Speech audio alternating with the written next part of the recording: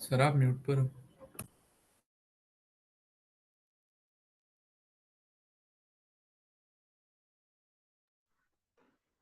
हाँ भाई, आवाज आ रही है? हाँ सर, आ रही है। Okay okay. Happy teachers day sir. Thank you so much, thank you.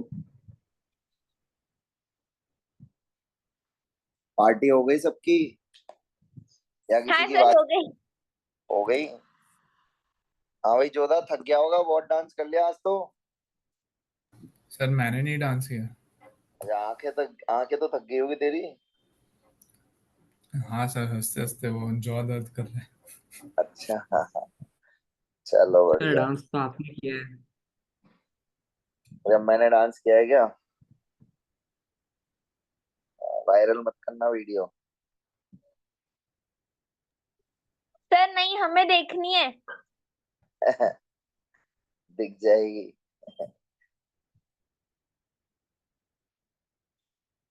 चलो भाई, शुरू करते हैं।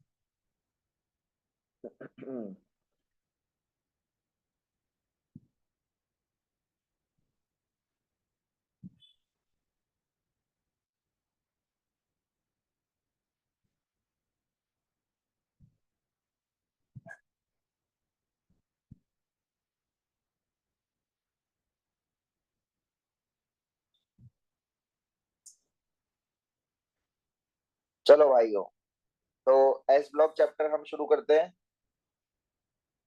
ठीक है।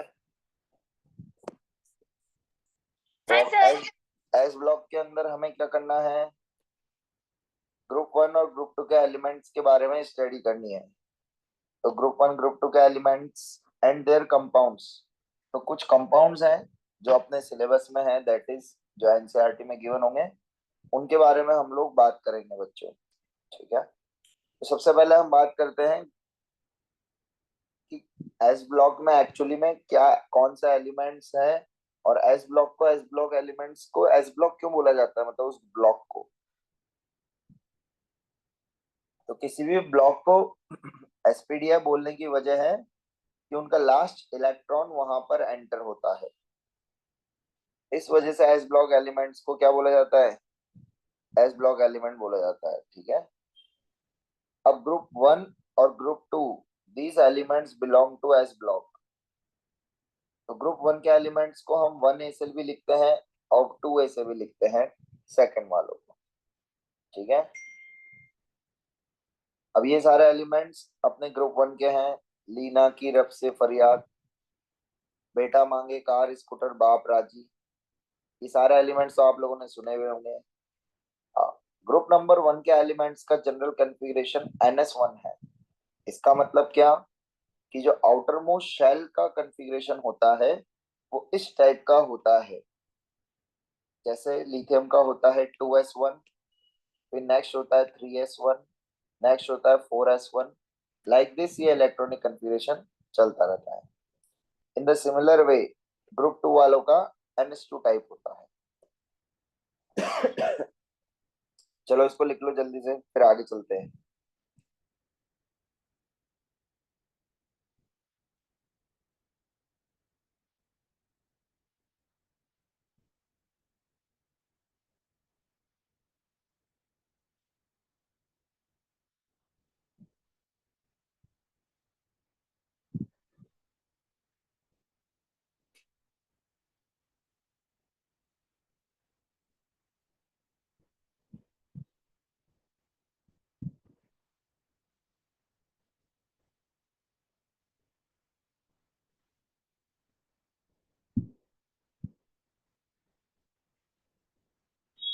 सर आप इसके नोट्स भेजेंगे ना? नोट्स तो भेजूंगा, पर आप लोग लिख भी लो, हाँ सर। क्योंकि लिखोगे नहीं तो फिर क्या इंटरेस्ट नहीं आएगा। फिर तो बैठे बैठे ऐसा लगेगा कि प्रवचन चल रहा है। ठीक है। थोड़ा थोड़ा लिखते चलो तो अच्छा रहेगा।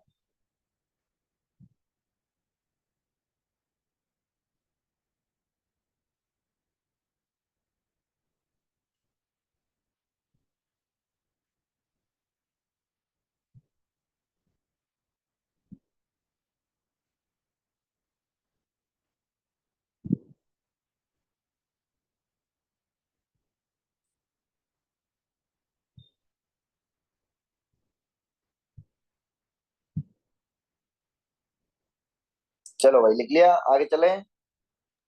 Yes sir. चलो चलो, अब एस ब्लॉक में टोटल 14 एलिमेंट्स होते हैं बच्चों। 14 में से 12 मेटल्स होते हैं और 2 नॉन मेटल होते हैं। तो देखो ये दो जो है ये जबरदस्ती के एस ब्लॉक में आके बैठ गए। क्यों बैठ गए? Because of their last electron. इन दोनों का लास्ट इलेक्ट्रॉन एस में फिट होता है, इसलिए इनको एस ब्लॉक में बोल दिया जाता है। वैसे इनके काम एस ब्लॉक वाले कुछ भी नहीं होते हैं। अब 12 मेटल्स जो एस ब्लॉक में होते हैं उसमें से 10 स्टेबल होते हैं और 2 रेडियो एक्टिव होते हैं। तो इसको नोट कर लो, इसमें से कोई क्वेश्चन ऐसे पूछेगा नहीं, बट आपको जनरल नॉलेज के लिए याद रहना चाहिए, मान लो कभी आ जाए तो।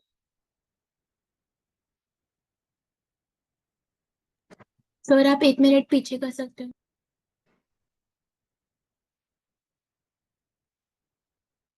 Excuse me sir. हाँ जी सर। सर ये हीलियम तो नोबल गैस में आता है, तो वो नॉन मेटल्स वाले पार्ट में। तो है तो पी ब्लॉक का ना, पी ब्लॉक के नॉन मेटल्स ही कहलाते हैं ना। अच्छा सर, मतलब नोबल गैसेस को नॉन मेटल से भी हाँ, रिप्रेजेंट कर नॉन सकते हैं। मेटल्स में काउंट करा जाता है ऐसा। अच्छा सर। सर मैंने अभी ज्वाइन किया, अभी क्या क्या हुआ है अब तक? बेटा चॉकलेट डिस्ट्रीब्यूशन चल रहा था, तू लेट हो गया। उसके बाद चॉकलेट डिस्ट्रीब्यूशन मतलब? चॉकलेट डिस्ट्रीब्यूट कर रहा था मैं सबको। तूने पूछा ना क्या चल रहा था, तो बता रहा हूँ। अरे भाई एस ब्लॉक शुरू करा है, ये 2 पेज पढ़ा है। ठीक है, इतनी जगह छोड़ दे। ये पीछे की स्लाइड देख लो बच्चों जिसको देखनी है। ओके सर, सब स्क्रीनशॉट निकालता हूँ 1 मिनट। हाँ निकाल।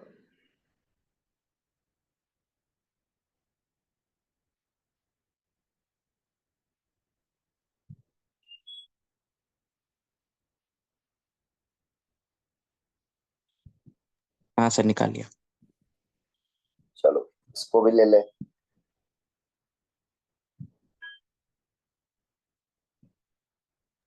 Okay sir thank you. चलो भाई, अब हम बात करते हैं एल्कली मेटल्स। बोला जाता है ग्रुप नंबर 1 के एलिमेंट्स को, ग्रुप नंबर 2 के एलिमेंट्स को बच्चों एल्कली अर्थ मेटल्स बोला जाता है। अब एल्कली वर्ड आप लोगों ने सुना होगा, that is used for basic nature. तो क्या होता है, they form hydroxides on reaction with water. तो बेसिकली ग्रुप 1 के मेटल्स बेसिक नेचर शो करते हैं। एल्कली मतलब होता है वाटर सॉल्युबल बेसिस, ठीक है। इस वजह से इनको एल्कली मेटल्स बोला जाता है। अब अर्थ वर्ड आने की वजह क्या है कि इनके मेटल ऑक्साइड्स कहाँ पर मिलते हैं, अर्थ क्रस्ट में, इसलिए इनको एल्कली अर्थ मेटल्स बोला जाता है। इंपॉर्टेंट पॉइंट बच्चों क्या, कि beryllium is amphoteric oxide. Beryllium के ऑक्साइड्स एम्फोटेरिक होते हैं, बाकी सब मेटल्स के बेसिक होते हैं। लिख लीजिए। सर एम्फोटेरिक मतलब? ये कौन पूछ रहा है भाई,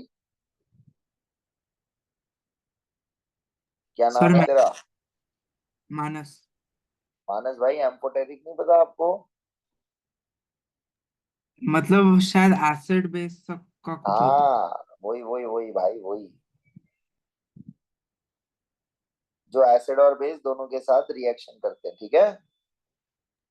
ठीक है सर। ओके भाई।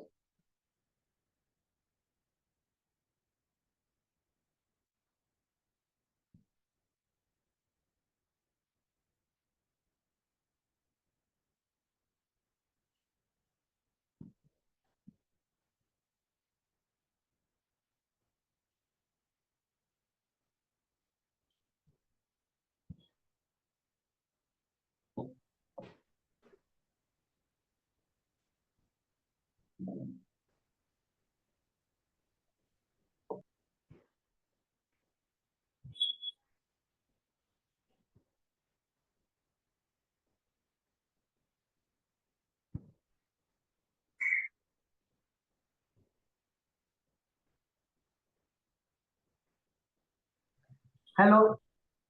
जी बोलो, कैसे हो? कुछ नहीं सर, रूममेट मस्ती कर रहा है। कोई बात नहीं।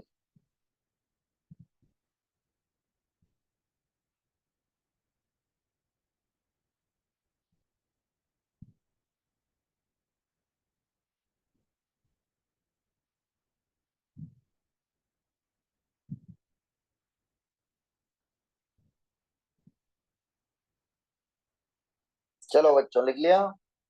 हाँ सर। Yes sir. चलिए सर 1 मिनट। ठीक है। सर आप ऑफलाइन कौन सा चैप्टर कंटिन्यू करोगे? गैसियस स्टेट, अभी उसके ओके। 4 ही लेक्चर हुए हैं। शफलिंग के पहले 4 होंगे, 4 और बाकी रहेंगे।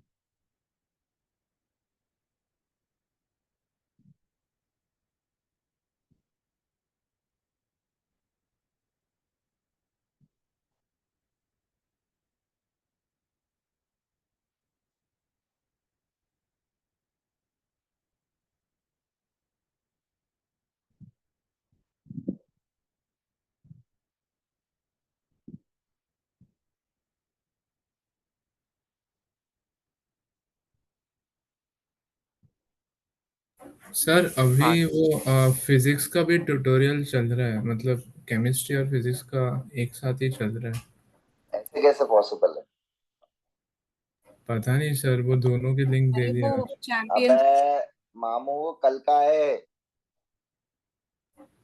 उसमें कोई है भी? पहले एक बारी जाके देख, हाँ देखा सर। कौन है वहाँ। सर काफी फिजिक्स के सारे लिए वो लोग। चैंपियंस का है। हाँ वो अच्छा चैंपियंस का दे दिया हमने, तो पता नहीं अगर हमें। अच्छा, नून चैंपियंस का है वो।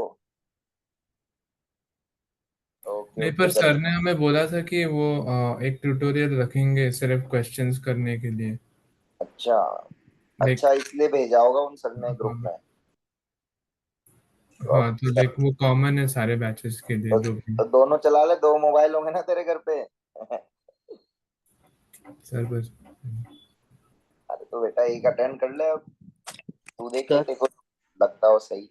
सर हाँ जी। सर पहले का स्लाइड दिखा सकते हो सर? इससे पहले भी कुछ है? इससे पहले?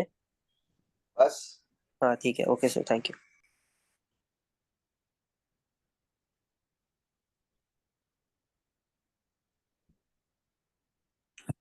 बस सर, बस ओके। चलो भाइयों, अब देखो बच्चों, इस चैप्टर में हम लोग पढ़ेंगे कैसे। तो सबसे पहले आएगी general physical properties. Physical properties मैंने ग्रुप 1 और ग्रुप 2 की एक साथ ही कंपेयर नहीं करी है, तो अलग ही पढ़ाई है, तो अलग ही पढ़ाऊंगा। फिर आएगी ग्रुप 1 की केमिकल प्रॉपर्टीज, फिर आएगी ग्रुप 2 की फिजिकल और केमिकल प्रॉपर्टीज। ठीक है, इस तरीके से हम चैप्टर को पढ़ेंगे। तो सबसे पहले आते हैं ग्रुप 1 के एलिमेंट्स। ग्रुप 1 के एलिमेंट्स जनरल कॉन्फ़िगरेशन NS1 होता है, ये सब तो छोड़ दो, मेटल्स होते हैं तो ये शो करेंगे। हाँ, ये पॉइंट इंपॉर्टेंट है, ये पॉइंट एकदम नया है आप लोगों के लिए। क्या? कि जो मेटल्स होते हैं वो पैरामैग्नेटिक नेचर के होते हैं ग्रुप 1 के। क्या पैरामैग्नेटिक डायमैग्नेटिक आप सब लोग जानते हैं जोधा भाई? हाँ sir. Sir yes very sir. Good. अब इसका मेटल आयन जब बन जाता है वो डायमैग्नेटिक कन्वर्ट हो जाता है, क्योंकि अपने को पता है ये ब्लॉक का एलिमेंट लास्ट वैलेंस शेल में एक इलेक्ट्रॉन होता है और उसको लूज कर देते हैं। जब लूज कर देंगे तो सारे अंदर पेयर्ड इलेक्ट्रॉन बच जाएंगे। तो इसलिए मेटल तो पैरामैग्नेटिक होते हैं बट मेटल आयन डायमैग्नेटिक। यहाँ पर मेटल हो या metal ion, both are diamagnetic in nature. क्यों? बिकॉज मेटल्स के आउटर मोस्ट शेल में NH2 टाइप होते हैं और मेटल आयन इन दोनों को ही उड़ाता है। आप सबको पता होगा ग्रुप 2 एलिमेंट्स की ऑक्सीडेशन स्टेट कितनी होती है? +2।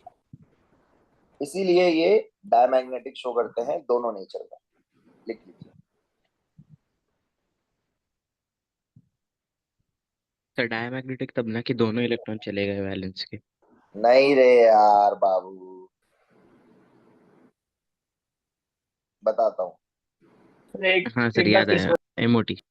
हाँ, शादीशुदा और कुंवारे, अब याद आ गया। हाँ सर।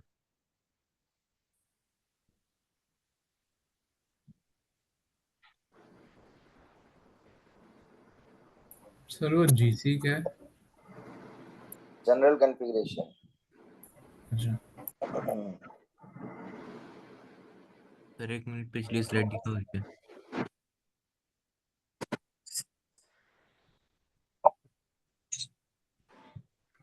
सर हाँ जी हाँ जी, एक मिनट एक मिनट।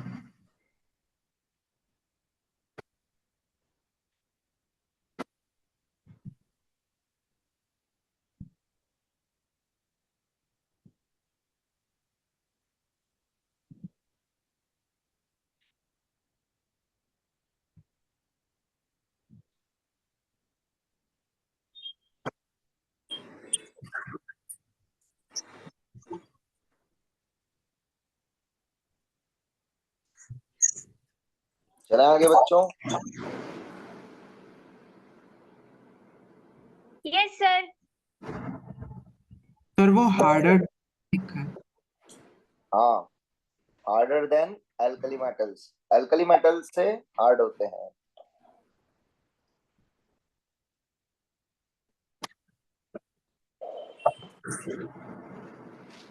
बाकी सब प्रॉपर्टी ऑलमोस्ट सेम ही रहती है बिकॉज मेटल्स होते हैं, तो मेटल्स की प्रॉपर्टी सेम ही रहेगी दोनों केस में।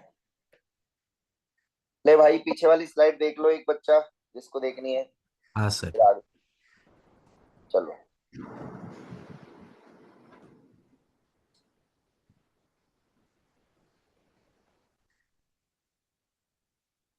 चलिए, तो देखो पैरामैग्नेटिक होते हैं जहां पर एटलीस्ट 1 अनपेड इलेक्ट्रॉन होता है, डायमैग्नेटिक जहां ऑल इलेक्ट्रॉन्स पेड होते हैं। तो जैसे यहाँ पे अगर हम बात करें तो बच्चों, तो ये हो गया पैरा, और यहाँ ऑल इलेक्ट्रॉन्स पेयर्ड तो हो गया डायमैग्नेटिक। तो यहाँ मैंने दिखा रखा है आप लोगों को, जब सोडियम की बात होगी तो 1 इलेक्ट्रॉन है, इट मीन्स पैरामैग्नेटिक। Na+ होते ही 1 इलेक्ट्रॉन उड़ गया तो बचेगा diamagnetic. All clear? Yes sir.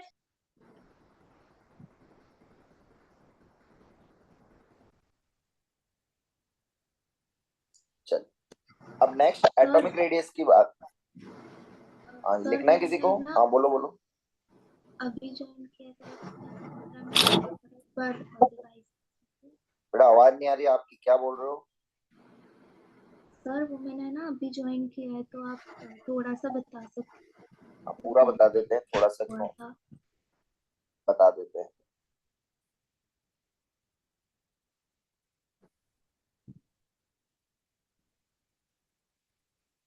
बेटा हम एस ब्लॉक शुरू करा है। एस ब्लॉक में ये दो ग्रुप के एलिमेंट्स होते हैं, ग्रुप 1 और ग्रुप 2। ये आपको पता है? हाँ सर। हाँ सर। चलिए, बस इसकी प्रॉपर्टीज पढ़ाना शुरू करा है। इसमें नॉर्मल है, कुछ भी नहीं है आपके समझने का एक्स्ट्रा। आगे चलते हैं।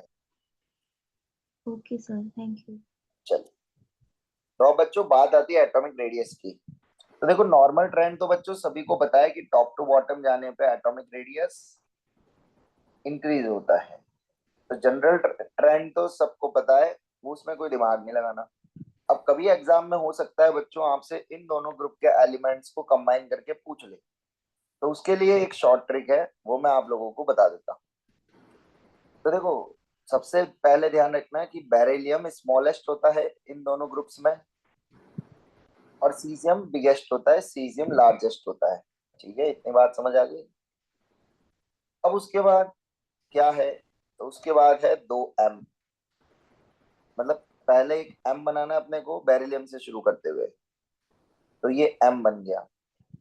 उसके बाद आपको एक कैपिटल n बनाना है।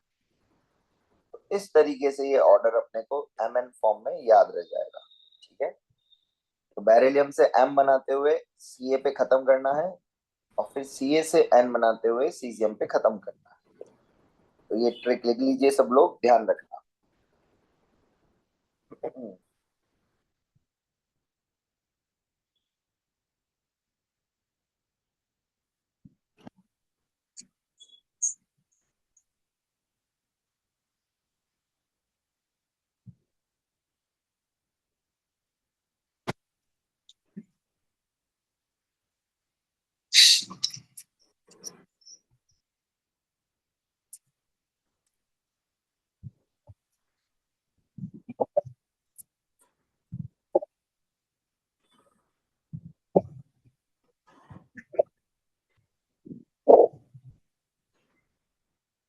ऑर्डर सही लिखना, शुरुआत सही जगह से करना, खत्म सही जगह करना।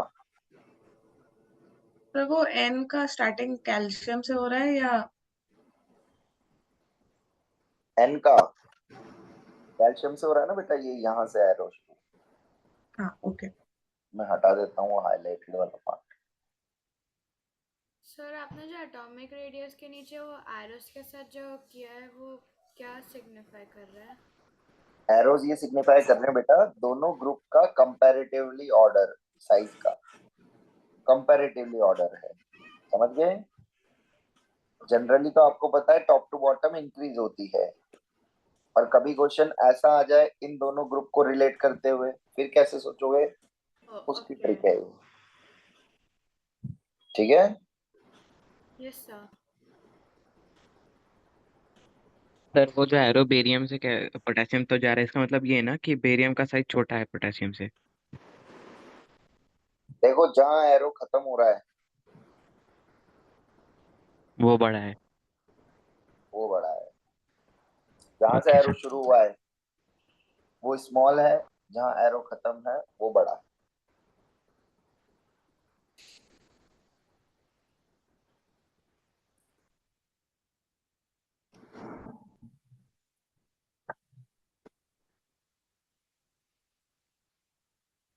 सर आप पिछला साइड दिखा सकते हो? दिखा सकता हूं।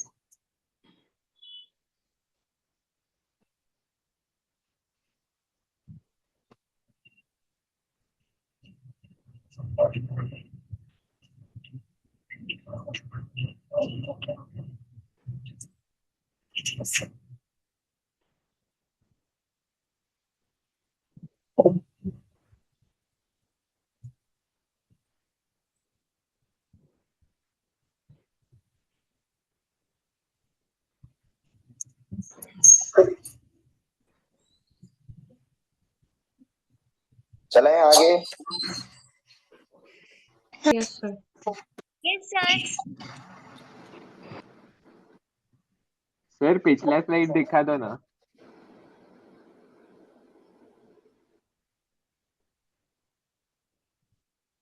चलो भाई पिछला स्लाइड देख लीजिए, ये था, और इससे पिछला ये था ब्रो।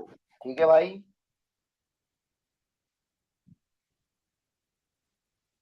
हाँ सर, ठीक है। सर इस आगे का लिखना है। ये हाँ हाँ। भाई ये तू मत पूछे, पिटेगा। नहीं नहीं, पूछ नहीं रहा, लिखो। मतलब इसको देख भी मत, तेरे को तो पढ़ा हुआ है ना। हाँ सर। चलो भाई। सर हम एटॉमिक रेडियस में फ्रांसियम और उसका दूसरे रेडियम का नहीं कंसिडर कर बेटा उनको नहीं देखते हम एक्चुअली, वो होते हैं ना रेडियो एक्टिव, इसलिए। ओके।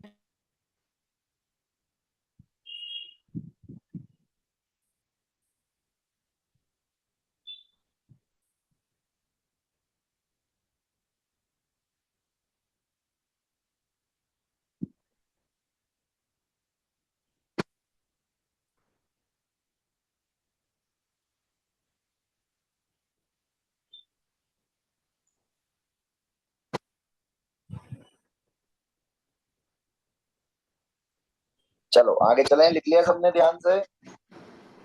हाँ सर।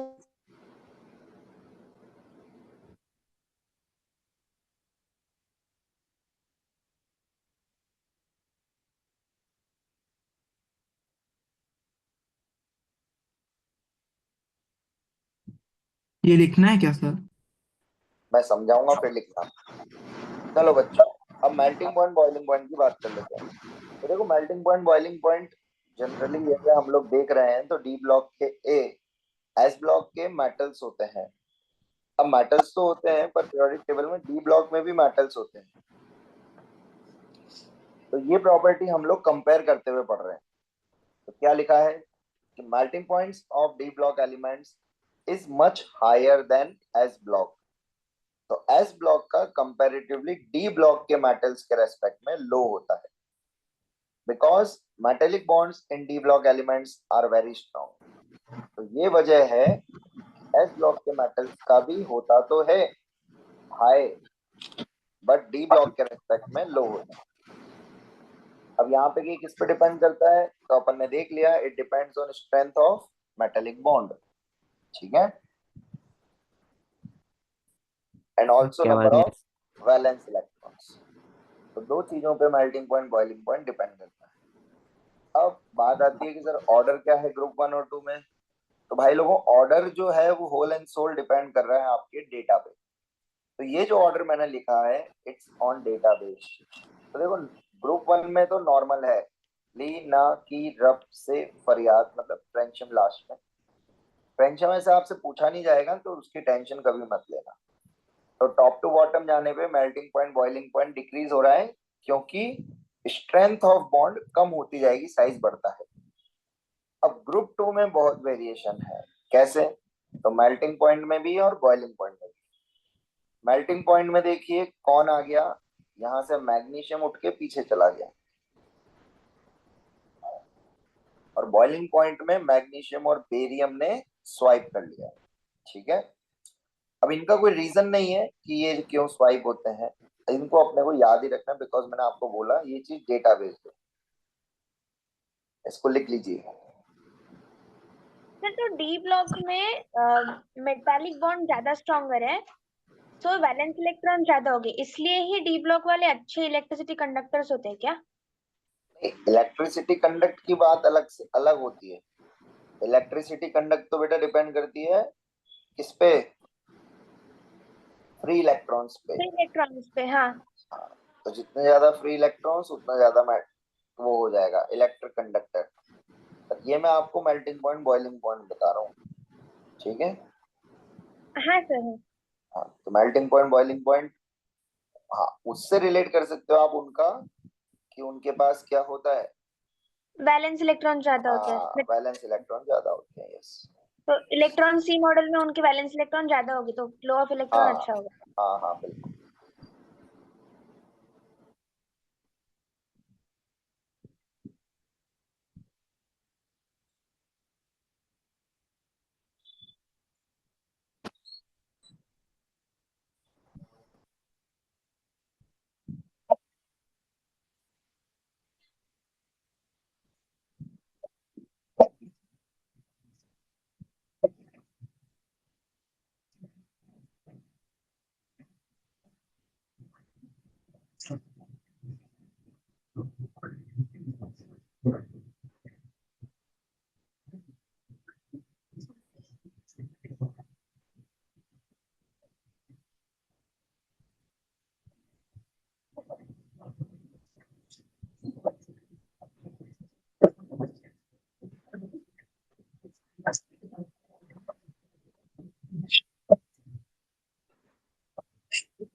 चलो भाई लिख लिया।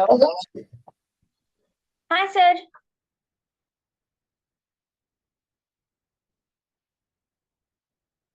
चलो ये ऑर्डर लिख लीजिए।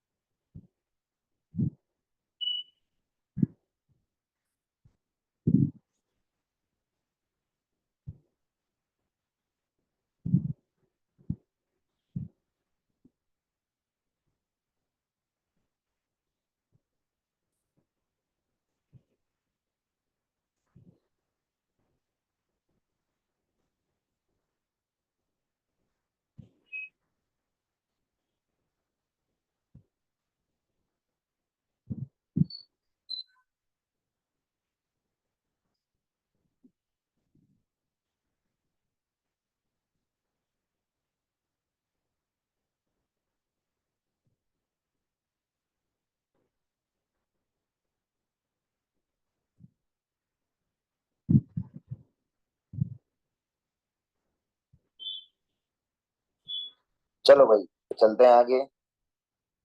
सर एक सेकंड।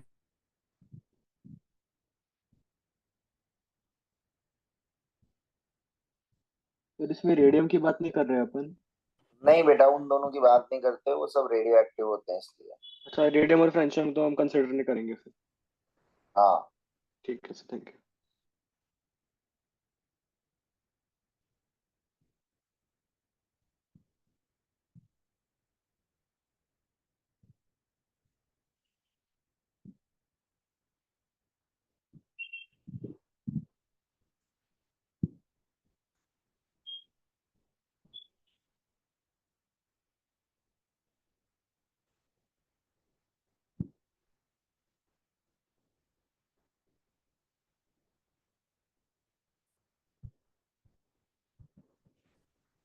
चलो भाई, तो जो मैंने हाईलाइट करे इनको आप भी हाईलाइट कर लेना, जिससे आपको याद रहेगा ऑर्डर में कौन लफड़ा करता है।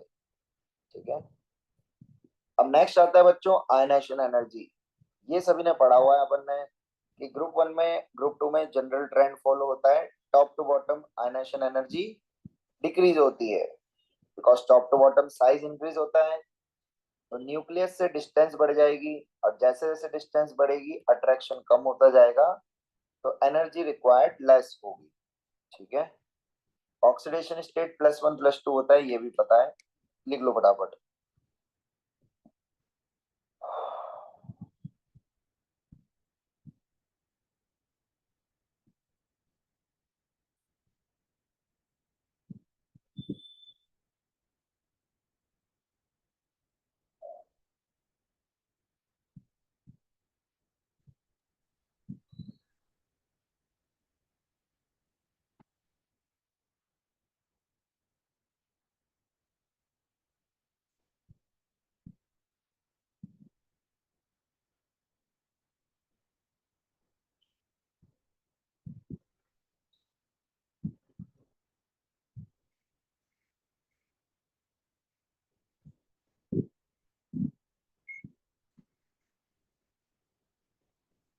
सर इस चैप्टर से क्वेश्चंस कैसे आएंगे?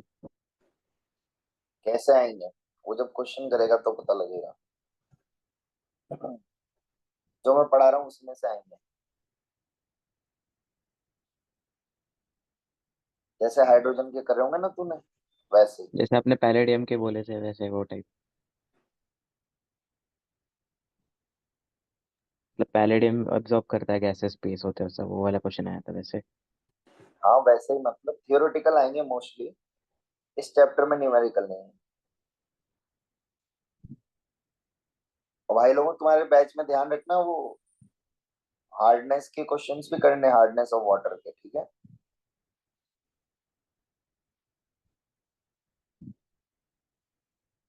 हाँ सर, सर वो क्या? क्वेश्चन हम ग्रुप पे भेजने वाले थे।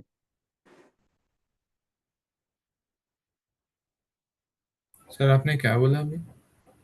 हार्डनेस ऑफ वाटर पढ़ाया था ना आपको, हाँ। उसके न्यूमेरिकल करने हैं, ध्यान रखना। तुम्हारे बैच में बाकी है ना अभी, हाँ सर। वो कह रहा हूँ। ठीक है।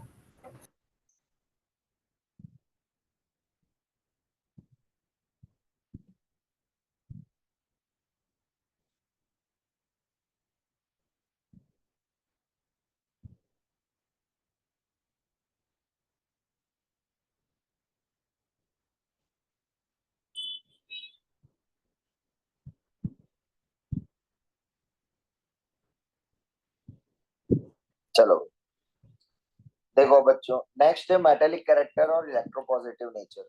अब देखो मेटेलिक कैरेक्टर और इलेक्ट्रोपॉजिटिव नेचर डिपेंड होता है टेंडेंसी टू लूज इलेक्ट्रॉन पे। तो टॉप टू बॉटम जाने पे मेटल्स इजीली इलेक्ट्रॉन लूज कर देगा, तो मेटेलिक नेचर बढ़ जाएगा। That is electropositive nature depend करता है आयनेशन एनर्जी पे, तो इनवर्स रिलेटेड होता है।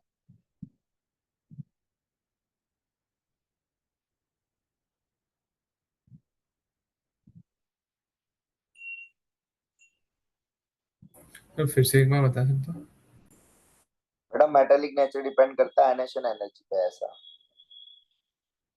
तो आयनेशन एनर्जी ज्यादा होगी तो मेटेलिक नेचर कम होगा। सर वो पिछले वाला स्लाइड दिखा सकते हो क्या वापस? ये लीजिए। Yes sir, thank you.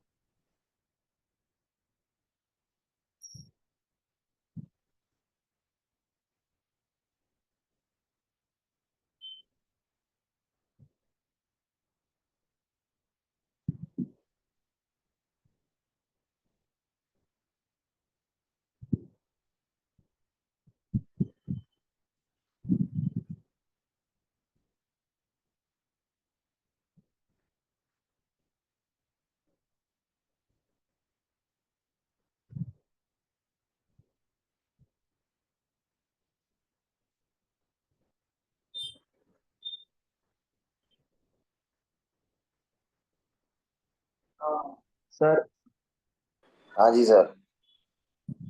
वो E dot P dot N dot मतलब क्या है?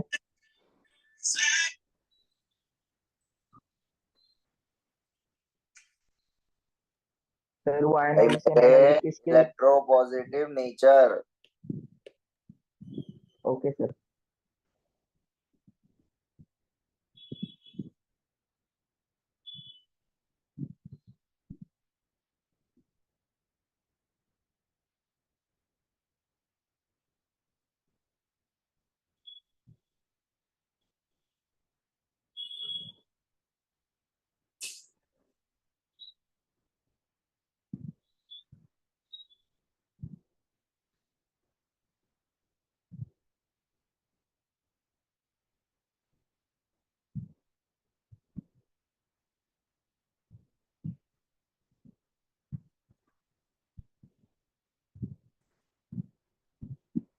चलो अब नेक्स्ट है बच्चों डेंसिटी। ये ऑर्डर इंपॉर्टेंट है, इसको ध्यान से सुनना। जैसा कि हम लोगों को पता है कि डेंसिटी का फॉर्मूला होता है भाई लोगों मास बाय वॉल्यूम। अब यह इंपॉर्टेंट बात क्या है बच्चों कि density actually depends on both factor एक साथ, क्योंकि टॉप टू बॉटम जाने पे मास भी बढ़ता सर है एक वॉल्यूम सेकंड। भी बढ़ता है। अब जो फैक्टर दोनों में डोमिनेट करेगा डेंसिटी उसी पे डिपेंड कर जाएगी। अगर मास डोमिनेट करेगा तो डेंसिटी ज्यादा हो जाती है, वॉल्यूम डोमिनेट करेगा तो डेंसिटी कम हो जाती है। बात समझ आई? फैक्टर ध्यान से सुनना, ये कंफ्यूजन रहेगा आप लोगों को बाद में। तो basically density depends on both factor, हमेशा ध्यान रखना है फैक्टर। तो देखो यहाँ पर सीजियम पे आते आते टॉप टू बॉटम कौन सा फैक्टर डोमिनेट करता है? Atomic mass. और जब एटॉमिक मास डोमिनेट करेगा तो बताइए डेंसिटी बढ़ेगी या घटेगी? बढ़ेगी।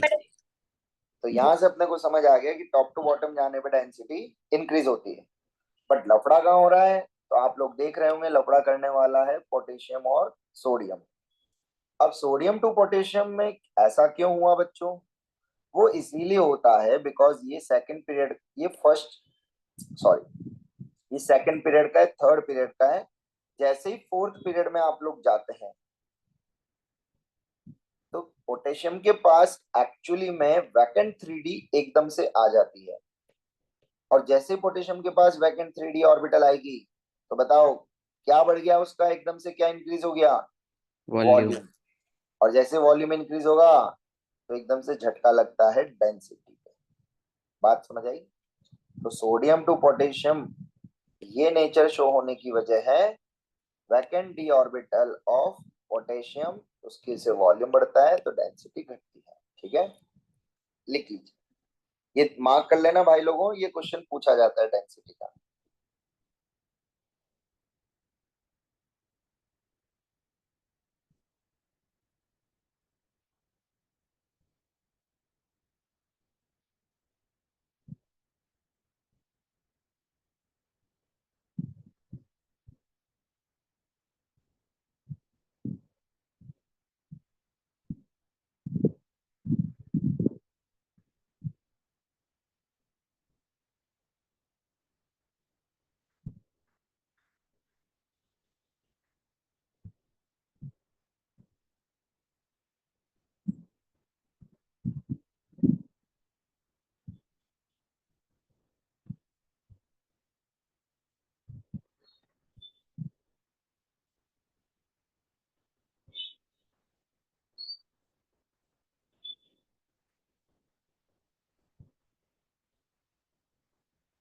सर एक बार 6 पॉइंट दिखाओ ना, स्क्रीनशॉट लेना।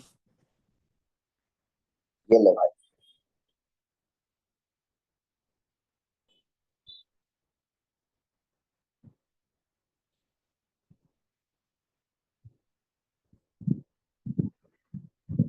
ये क्या लिखा है कि atomic mass greater than, very greater than atomic size. Lithium to caesium आने पर, मैंने क्या बोला भाई, टॉप टू बॉटम आने पे ये दोनों फैक्टर बढ़ते हैं, हाँ समझा? सर। जी टॉप सर। टू बॉटम आने पे दोनों फैक्टर बढ़ते हैं। अब कौन, मैंने क्या बोला, density depends on mass and volume both. अब भाई दोनों हम्म। बढ़ रहे हैं तो तेरे को कैसे पता लगेगा डेंसिटी बढ़ेगी या घटेगी, समझा? हाँ। तो ये चीज लिखी है कि सीजियम आने पर कौन सा फैक्टर डोमिनेट करने लग जाता है, मास वाला। मास का। Okay mass sir. डोमिनेट करता है इसीलिए डेंसिटी बढ़ती है ब्रो, समझा? Yes sir.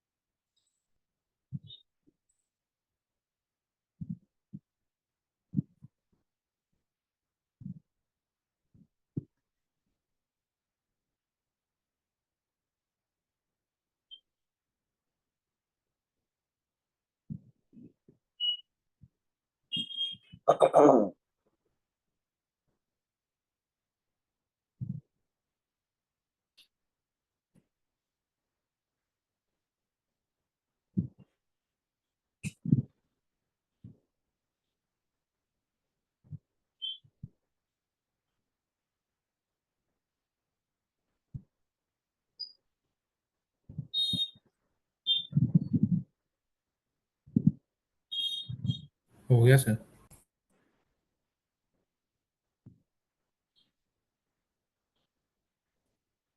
ये ले, रीजन लिख लो।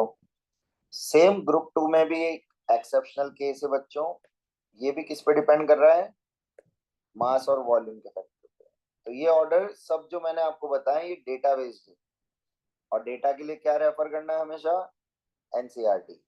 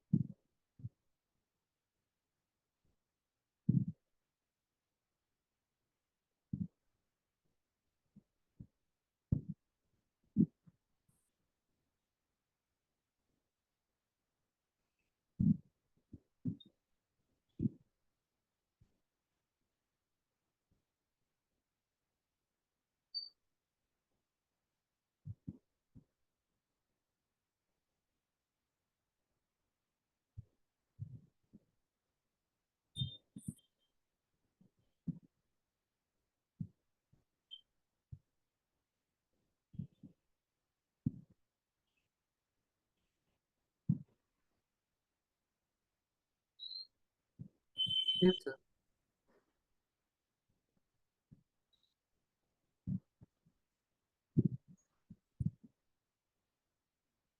चलो भाई, अब यहाँ पर रीजन क्या होता है बच्चों, तो यहाँ रीजन है इनका crystal structure. Due to decrease in packing of atoms in their solid crystal, तो एकदम से उनकी पैकेजिंग क्लोज, पास पास हो जाती है। पास पास होने से उनका वॉल्यूम क्या होता है, डिक्रीज हो जाता है, कम। ठीक है? और जैसे ही वॉल्यूम कम होगा तो डेंसिटी बढ़ जाएगी करके, ठीक है? ये रीजन होता है। अब क्रिस्टल स्ट्रक्चर मतलब क्या हुआ,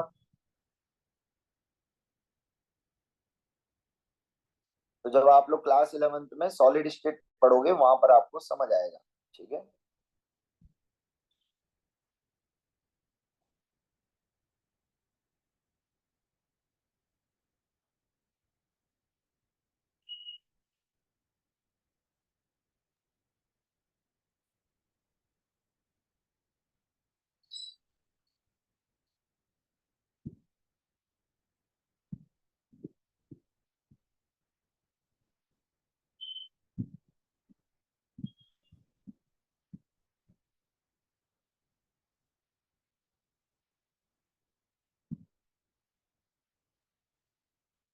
सर ये आयोनिक क्रिस्टल होगा ना कि?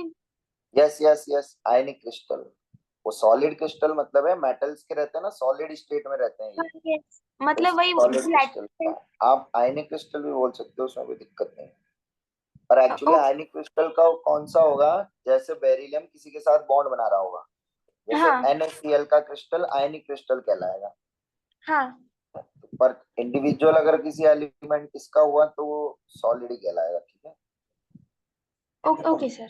पर मोस्टली ये लोग आयनिक ही बनाते हैं, तो आप आयनिक क्रिस्टल भी बोल सकते हैं। सर आप एक सेकंड पिछले स्लाइड पर जा सकते हो? ये तो थैंक यू सर।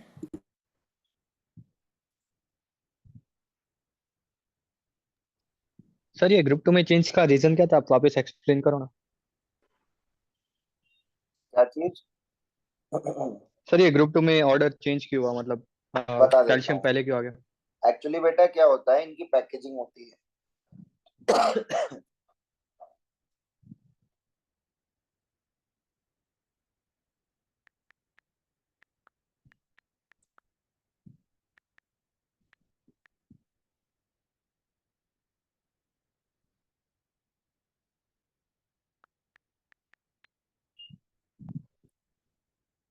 देखो ये दिख रही है आपको ऐसी पैकेजिंग, ये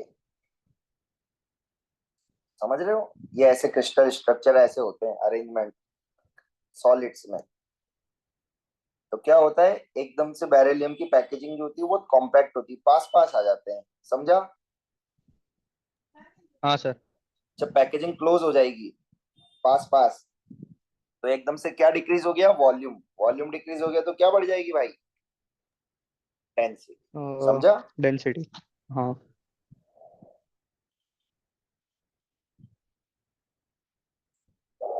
चलो बच्चों, अब नेक्स्ट है कंडक्टिविटी। कंडक्टिविटी सभी को पता है, गुड कंडक्टर होते हैं because of free electrons.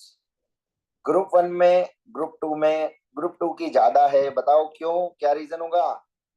Free electron ज्यादा फ्री है। इलेक्ट्रॉन ज्यादा है। यहाँ 2 इलेक्ट्रॉन ज्यादा इलेक्ट्रॉन है। है और यहाँ 1 इलेक्ट्रॉन है, समझ गए?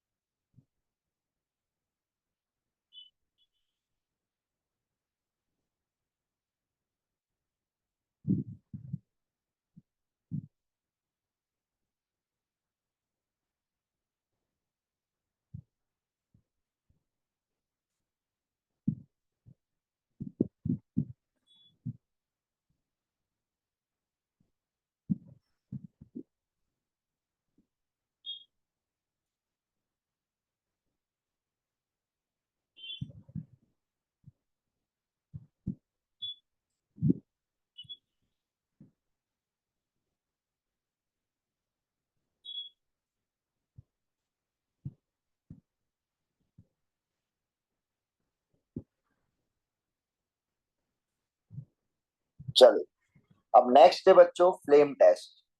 तो जितने भी आप लोग फायर क्रैकर्स के रंग देखते हो, कलर देखते हो, उन सब की वजह क्या है, इन सब एलिमेंट्स के सॉल्ट्स।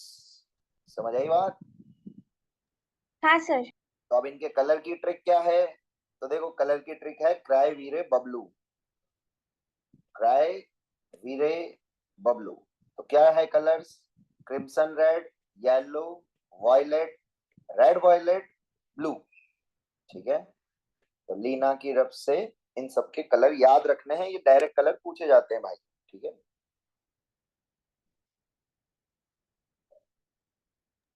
सर एक बार आप पिछला स्लाइड दिखा सकते हो? हाँ जी दिखा देते हैं, आप पहले ये लिख लो।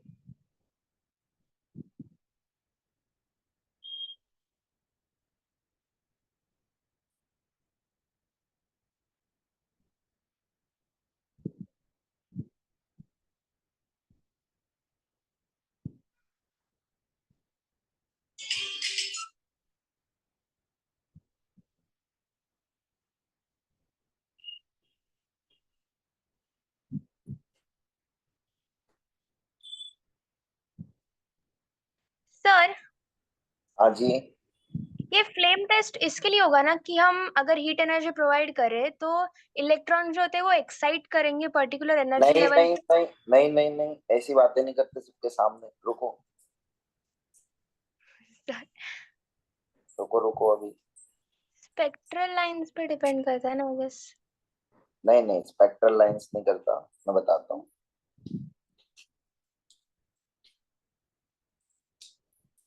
चलो लिखा सबने कलर?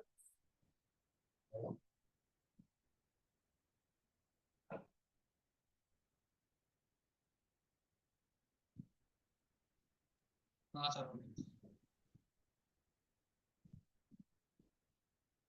चलिए नेक्स्ट ग्रुप 2 के कलर भी लिख लीजिए बच्चों। यहाँ पर ये दोनों कोई फ्लेम टेस्ट नहीं देते बिकॉज इनके इलेक्ट्रॉन्स हाईली बाउंडेड होते हैं। कैल्शियम स्ट्रोंशियम बेरियम शो करते हैं। अब देखो बच्चों, इन सब में सेम चीज, एक चीज कॉमन है क्या, तो मैं उसको हाईलाइट कर रहा हूँ जिससे अपने को याद रह जाएगा। बताओ तीनों चीजों में क्या कॉमन है? रेड। रेड। समझ गए? तो ये ट्रिक है याद रखने की, है ना। और इनके कलर पूछे नहीं जाते हैं, मेनली पूछे आपसे इन में से ही जाएगा। तो ये ट्रिक याद रखना, क्राई वीरे बबलू।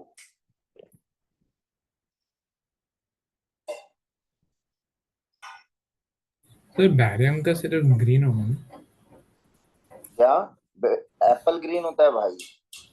पर वो तो ग्रीन ही होगा ना? हाँ, तो ग्रीन ही हुआ ना। तो एप्पल मतलब ग्रीन। एग्जाम में वो स्पेसिफिक एप्पल ग्रीन पूछेंगे, सिर्फ ग्रीन देंगे ऑप्शन में?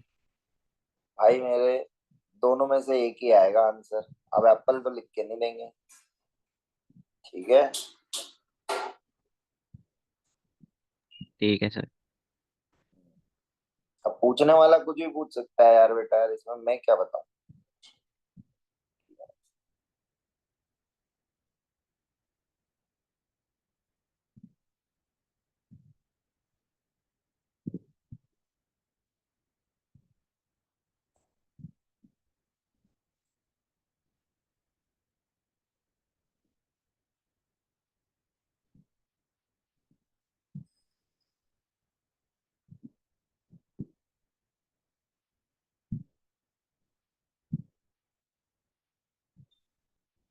चलो भाई लिख लिया। हाँ सर वो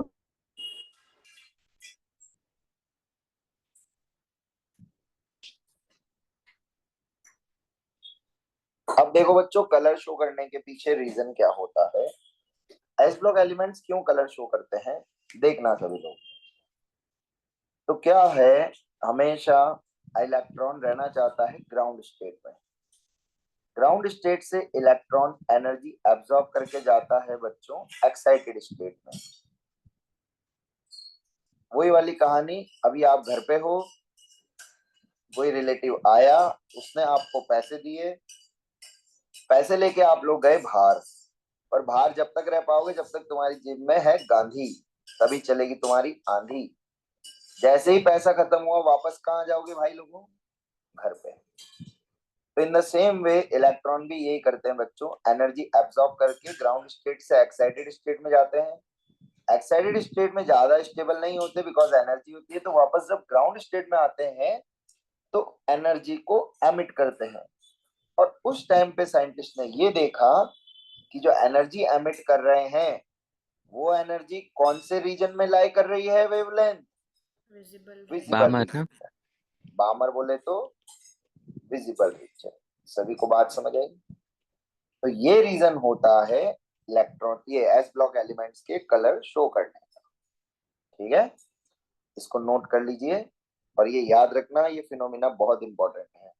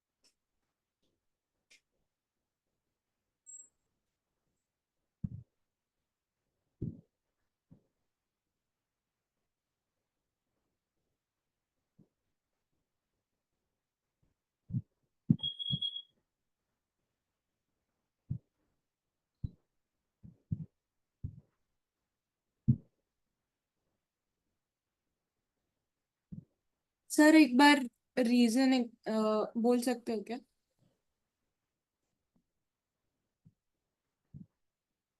बोल देंगे, आप इतना लिखो।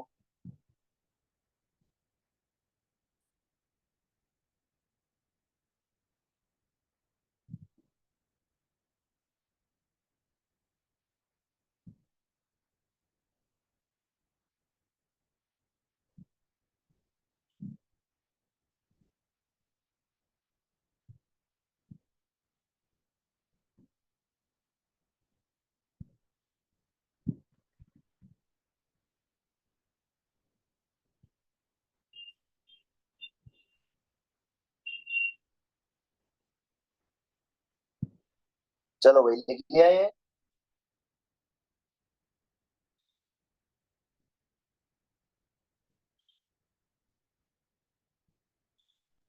हाँ सर हो गया।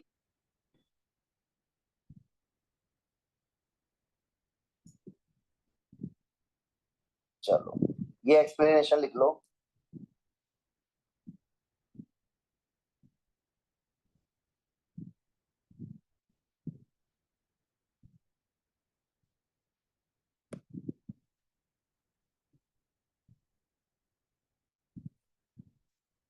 Salts are put into flame. The electron absorb energy and excited to higher levels. When they return to ground state, they emit absorbed energy in the form of visible light of particular lambda.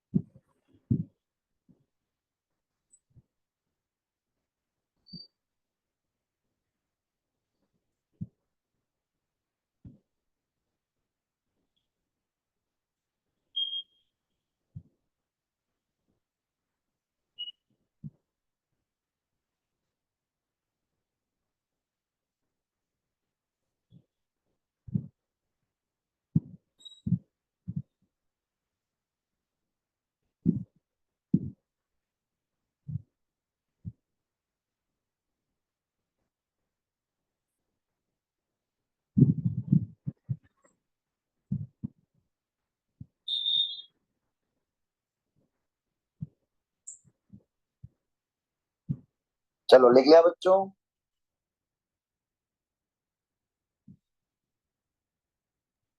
हाँ sir हो गया।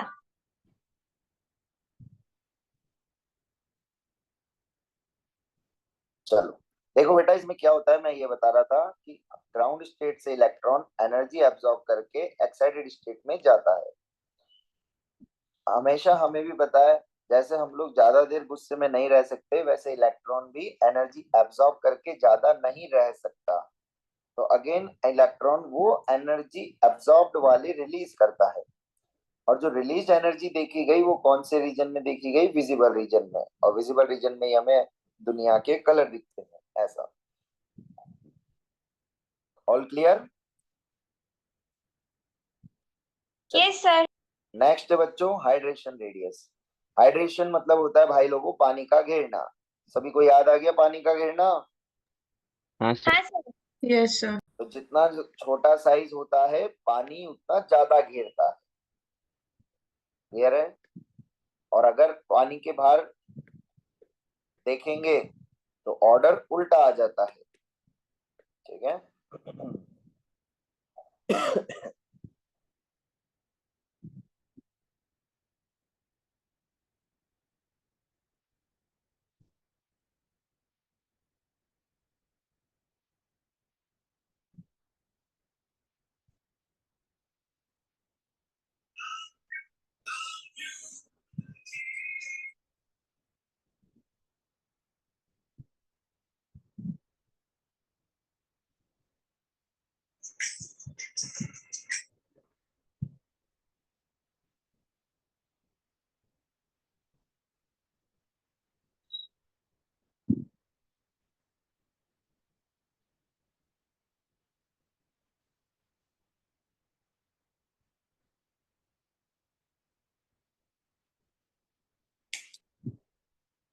Sir वो पहला वाला order solid state के लिए है ना? अरे भाई, तेरे को तो मैंने पढ़ाया भाई, बेबी और बाबा, भूल गया? सॉलिड स्टेट नहीं है, पानी के अंदर है एक्वेस। भाई, ओ पानी सॉरी, के एक्वस, अंदर, हाँ। Aqueous medium. Yes sir. और ये नॉन एक्वस मीडियम में है नीचे वाला। मोल्टन भी ना मतलब।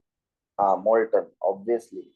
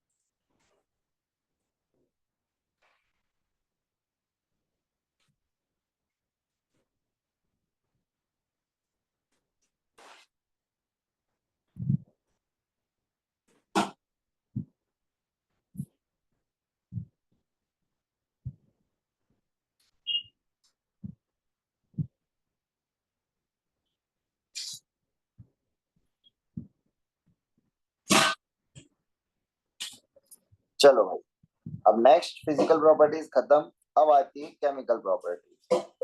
तो केमिकल प्रॉपर्टीज में सबसे पहले बात आती है बच्चों, रिएक्टिविटी ऑफ दीज एलिमेंट्स।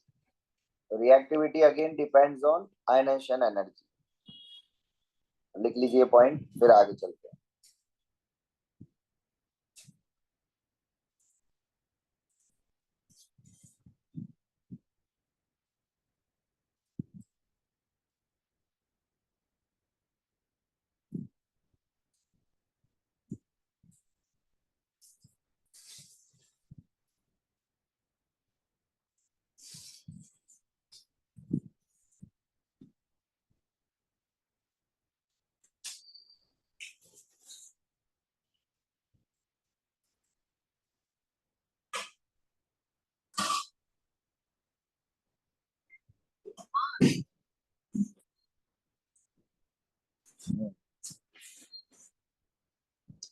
चलो बच्चों, नेक्स्ट लिखिए रिएक्टिविटी H2O।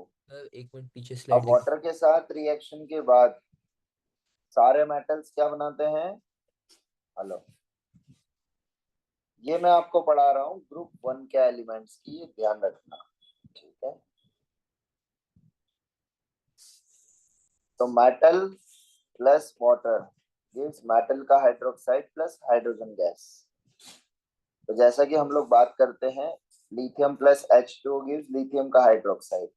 तो यहाँ से हम लोग बोल सकते हैं, इसीलिए इन एलिमेंट्स को क्या बोला जाता है बच्चों? एल्कली मेटल्स बोला एल्कली। जाता है, ठीक है? रिएक्टिविटी का order top to bottom increase होता है। सीजियम तो वेरी एक्सप्लोसिव रिएक्शंस को कराता है, ठीक है? लिख लीजिए।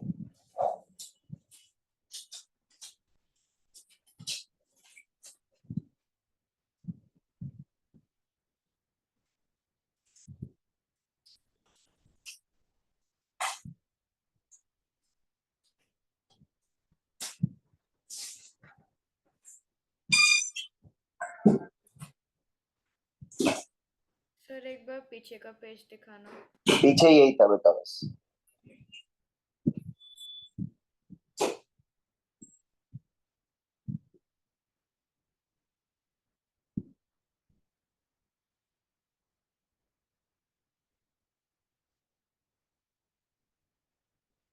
सर पिछली वाली स्लाइड का सिर्फ ग्रुप 1 के लिए था क्या? बस इतना ही था बेटा कि रिएक्टिविटी डिपेंड्स ऑन आयनाइजेशन। ये सिर्फ ग्रुप 1 का था। हाँ, ग्रुप वन केमिकल प्रॉपर्टीज अभी हम ग्रुप वन की पढ़ रहे हैं। ग्रुप टू की मैं आपको अलग से पढ़ाऊंगा नेक्स्ट क्लास में।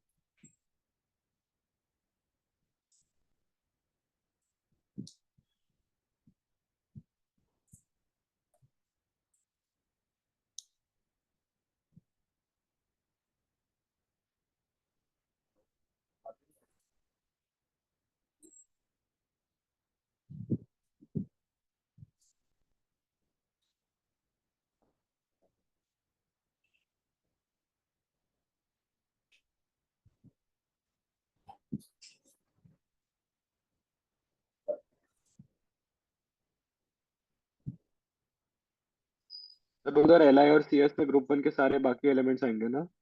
हाँ, ओके। इसीलिए मैंने जनरल लिखते हैं ना एम, ये मेटल मतलब ये सारे एलिमेंट्स ये ब्रो। ठीक है, okay sir, thank sir caesium explosive वाला फॉर्म करता है ना? जैसे जैसे नीचे जाते जाते हैं रिएक्टिविटी बढ़ रही है, तो रिएक्टिविटी तो बढ़ रही है और साथ में सीजियम के साथ जो रिएक्शन होती है वो एक्सप्लोजिव्स होती है, ऐसा। ओके।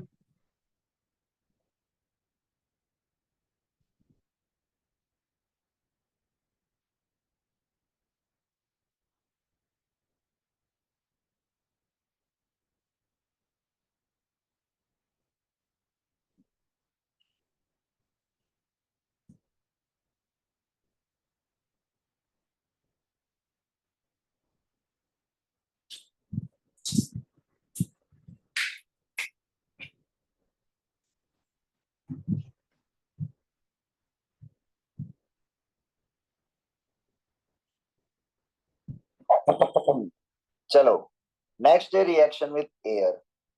अब एयर में बच्चों क्या क्या होते हैं, तो ऑक्सीजन और नाइट्रोजन गैस होती है। तो अब वो हम लोग देख लेते हैं कौन किसके साथ कैसे रिएक्शन करते हैं।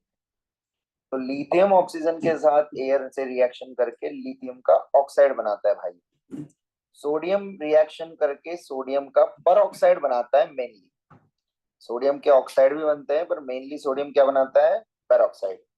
In the similar way potassium, rubidium, caesium जो नीचे के हैवी होते हैं एलिमेंट्स, वो सुपर ऑक्साइड बनाते हैं भाई लोग। पूरी स्टोरी समझ आ गई? ये बहुत इंपॉर्टेंट है, ध्यान रखना कि लिथियम का ऑक्साइड, सोडियम का परऑक्साइड एंड बाकी एलिमेंट्स का सुपर ऑक्साइड बनता है।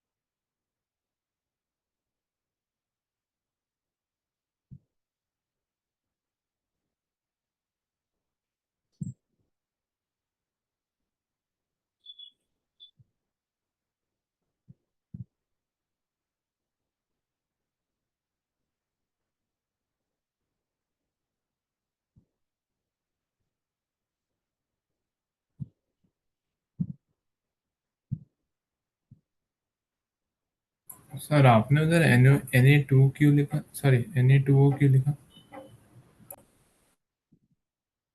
क्या बेटा?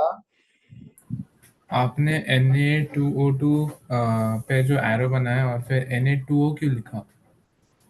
Na2O2 है सोडियम का परऑक्साइड और Na2O है सोडियम का ऑक्साइड।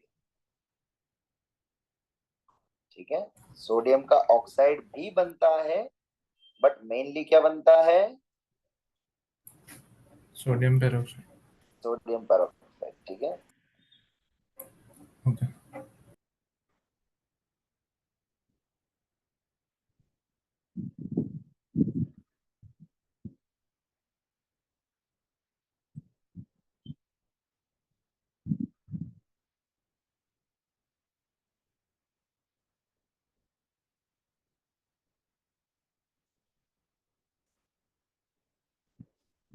चलो आगे चले भाइयों। हाँ सर। चलिए, जैसा कि मैंने बोला था, एयर में ऑक्सीजन भी होती है और नाइट्रोजन भी होती है। तो लिथियम नाइट्रोजन के साथ, ओनली लिथियम जो होता है बच्चों, नाइट्रोजन के साथ रिएक्ट करके लिथियम का नाइट्राइड बनाता है। नाइट्राइड बोले तो N-3 लिख लीजिए। एल्कली मेटल्स को कैरोसिन ऑयल में रखा जाता है, ये पॉइंट आप सभी को पता होगा, ये बताने की जरूरत नहीं है। स्टेबिलिटी ऑर्डर तीनों का होता है, ऑक्साइड सबसे ज्यादा स्टेबल, फिर परऑक्साइड उससे कम, एंड सुपर ऑक्साइड सबसे कम स्टेबल होते हैं भाई।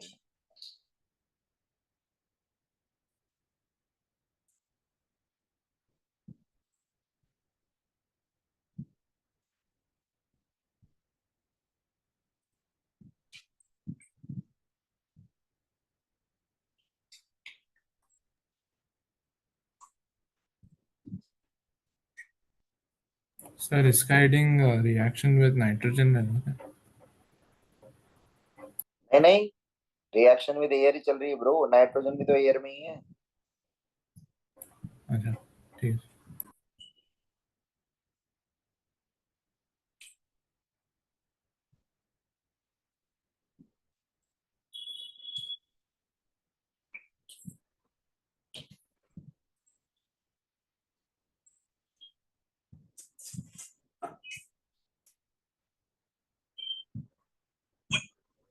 मतलब सिर्फ लिथियम ही नाइट्रोजन के साथ रिएक्ट करता है? हाँ, ओनली लिथियम ही रिएक्ट करता है भाई।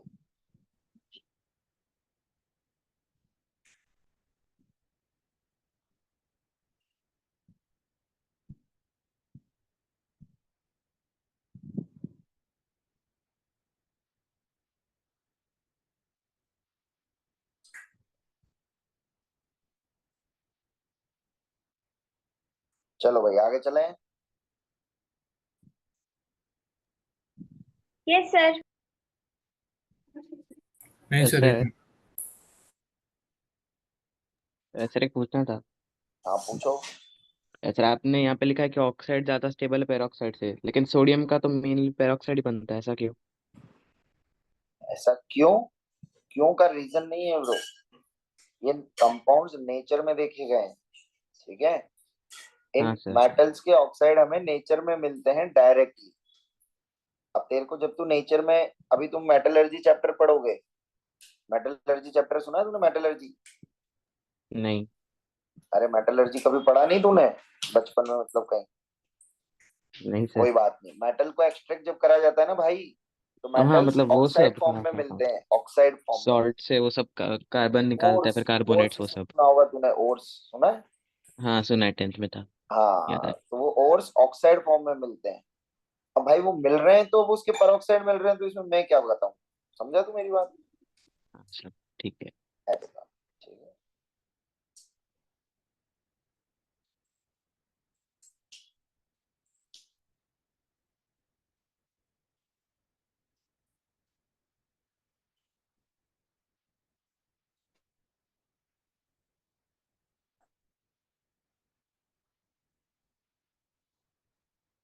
चलो नेक्स्ट, रिएक्शन विद डाइहाइड्रोजन।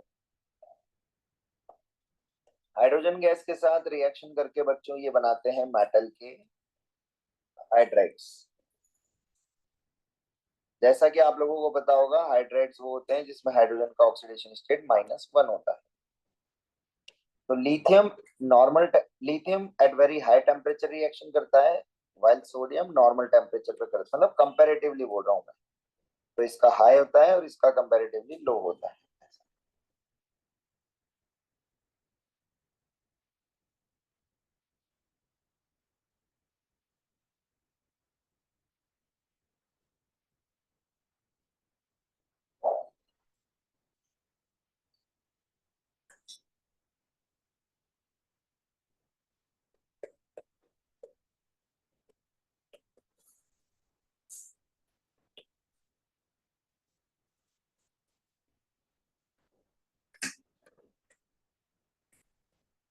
चलो बताइए, टॉप टू बॉटम जाने पर, लॉजिकली सोचना, टॉप टू बॉटम जाने पे हाइड्रेट्स की स्टेबिलिटी इंक्रीज होगी या डिक्रीज?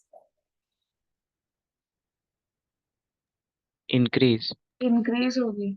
अच्छा, सर मैंने बोला था लॉजिकली डिक्रीज होगी। सोचना, शांति से। अरे भाई, सीजियम के सामने हाइड्रोजन एक बहुत छोटा सा बच्चा होगा, नहीं होगा?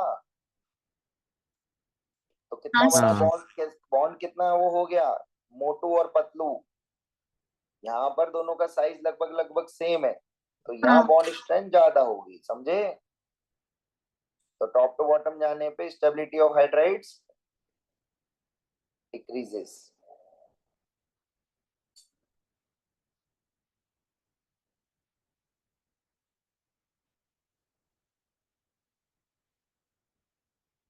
कभी ऐसा क्वेश्चन आ जाए कभी, तो ध्यान रखा करिए कैसे सोचना है। चलिए आगे चलें। तो ये डेटा याद नहीं रखना ना। नहीं नहीं, डेटा कुछ याद नहीं रखना भाई। अब इतना कितना डेटा याद रखेंगे, एग्जैक्ट टेम्परेचर। जी सर। Next reaction with halogens. Halogens are represented by भाइयों, एक्स से हैलोजन को रिप्रेजेंट किया जाता है। तो सबसे बेस्ट एग्जांपल आप लोगों को बताऊं, सबसे पहले तो NaCl सुन के आपके दिमाग में ये रिएक्शन समझ आ जाएगी। तो M plus H2 gives MX type compound बनाते हैं, ठीक है। अब रिएक्टिविटी ऑर्डर की बात हो रही है, तो टॉप टू बॉटम रिएक्टिविटी बढ़ती है। अब इसमें बहुत इंपॉर्टेंट फैक्टर है बच्चों, ये वाला, क्या कि लिथियम के हैलाइड्स कौन से नेचर के होते हैं भाई लोगों? कोवेलेंट। कैसे नेचर के होते हैं? कोवेलेंट नेचर के। और उसका रीजन एक ही है, फजान्स रूल, पोलराइजेशन। हाँ अब सर। उसमें भी कौन? तो लिथियम का आयोडाइड। एनायन का साइज बड़ा, कैटायन का साइज सबसे छोटा। तो ये ध्यान रखना है बच्चों, एनसीईआरटी में साफ साफ एज इट इज लिखी हुई है, ये लाइन बहुत बार कॉम्पिटिटिव एग्जाम में आई हुई है।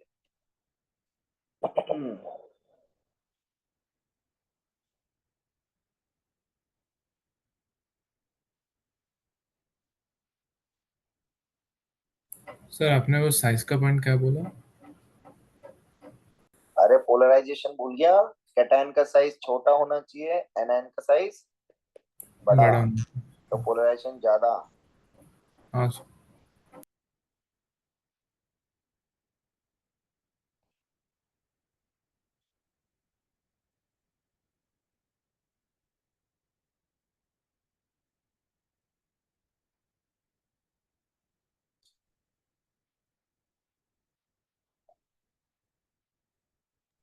सर एक डाउट है, हाँ जी सिर्फ बोलिए।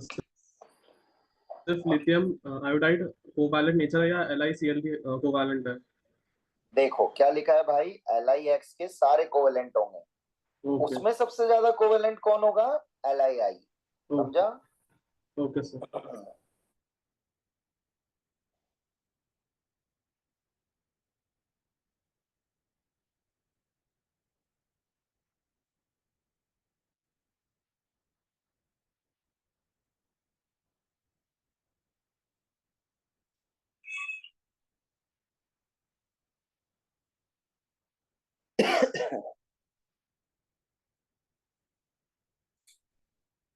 सर जरा पिछली वाली स्लाइड दिखाओगे?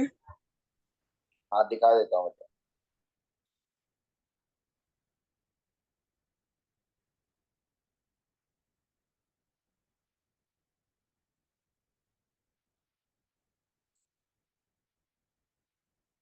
इतना लिख लिया सबने? ये लो लिख लीजिए। हाँ सर हो गया, thank you.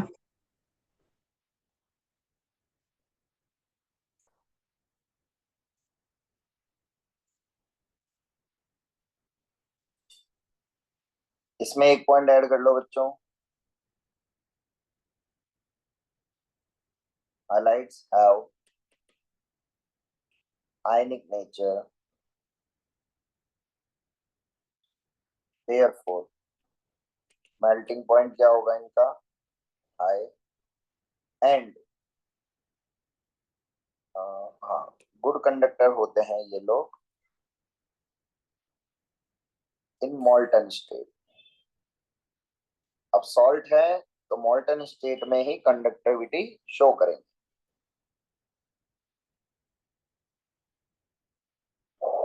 and soluble in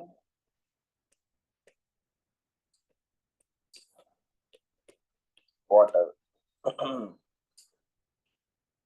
तो इसको समझने के लिए इस पूरी बात को सबसे बेस्ट एग्जांपल एक आप लोग दिमाग में ले सकते हो NaCl का।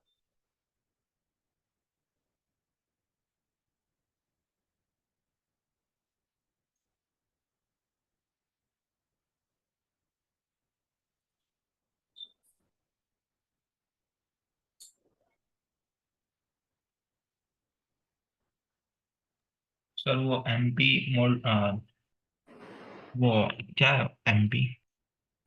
मेल्टिंग पॉइंट बेटा। Okay okay.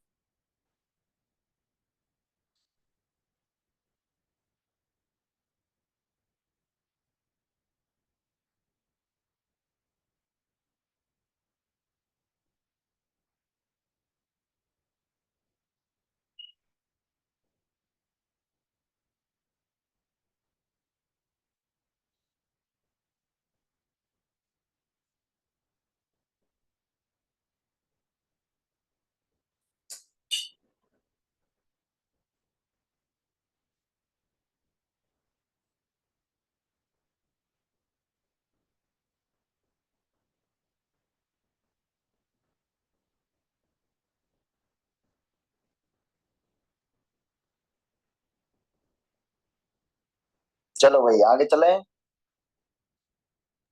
हाँ सर। चलिए अब नेक्स्ट है रिड्यूसिंग नेचर। तो देखो रिड्यूसिंग नेचर का कभी भी क्वेश्चन आता है तो इसको कैसे सोचेंगे। अब हमें पता एस ब्लॉक के मेटल्स होते हैं और मेटल्स का काम होता है इलेक्ट्रॉन का लूज करना। तो जब इलेक्ट्रॉन को लूज करते हैं तो खुद का क्या कर रहे हैं, ऑक्सीडेशन। और जो खुद का ऑक्सीडेशन करते हैं वो कैसे एजेंट्स होते हैं भाई लोगों, रिड्यूसिंग Reducing. एजेंट। तो इस तरीके से आप लोग सोच सकते हो कभी भी क्वेश्चन आता है तो। ठीक है, अब इसका ऑर्डर क्या होता है। तो रिड्यूसिंग नेचर का ऑर्डर यहाँ पर नीचे मैंने लिखा हुआ है। Smallest size and high hydration energy, ये दो फैक्टर की वजह से लिथियम सबसे अच्छा रिड्यूसिंग नेचर शो करता है, रिड्यूसिंग एजेंट होता है भाइयों। तो ये कौन से फेज में है ऑर्डर अपना, अगेन हाइड्रेशन एनर्जी की बात हो रही है तो एक्वस मीडियम में।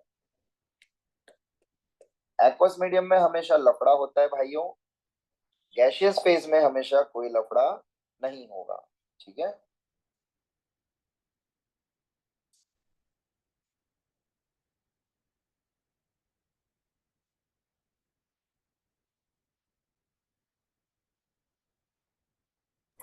सर वो रिड्यूसिंग एजेंट है क्या आर्य?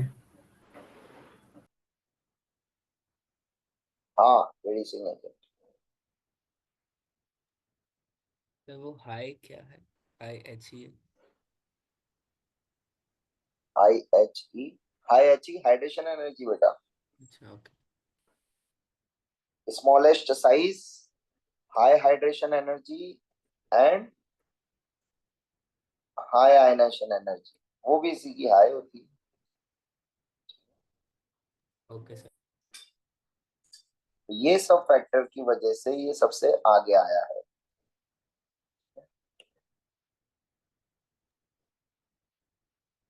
सर ये तो इलेक्ट्रोकेमिकल सीरीज का ही पार्ट है ना? बिल्कुल, एक्चुअली में अभी छोड़ो उसको। एक्चुअली क्या आप लोग क्लास 12th में पढ़ोगे बच्चों, है ना। इलेक्ट्रोड पोटेंशियल होता है एक, बेसिकली उससे ये सारा डेटा मैंने लिखा है। ठीक है, तो 12th क्लास में जब आप वो पढ़ लोगे तो आपको समझ आ जाएगा। Yes sir. अभी के लिए आप समझ सकते हो कि हाँ इलेक्ट्रोकेमिकल सीरीज से हमने ये ऑर्डर लिख दिया है।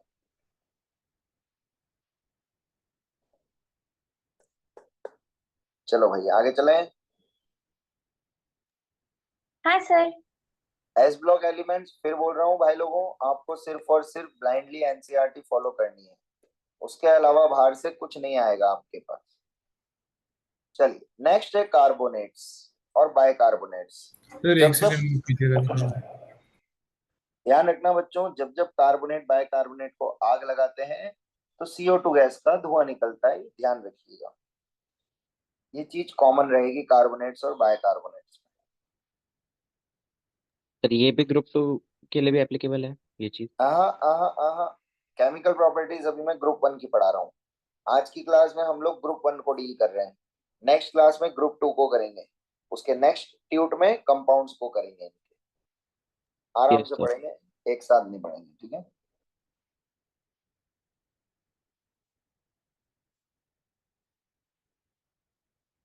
करूँ आगे भाइयों?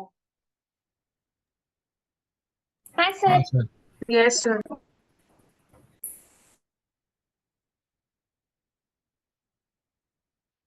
चलिए,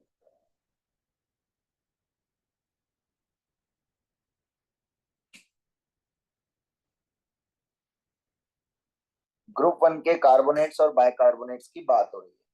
तो लिथियम के कार्बोनेट को जब भी आग लगाते हैं बच्चों, तो लिथियम का ऑक्साइड मिलता है और CO2 गैस रिलीज होती है। उसके अलावा नीचे के जितने भी मेटल्स के कार्बोनेट हैं, उनके हीट करने पे कोई फर्क नहीं पड़ता है। इसका मतलब क्या हुआ? वो हीट करने पे स्टेबल रहते हैं, उनको गर्म करने पर भी वो टूटते नहीं है। That term is known as thermal stability. तो टॉप टू बॉटम हमेशा ध्यान रखना भाइयों, थर्मल स्टेबिलिटी बढ़ती है, ठीक है।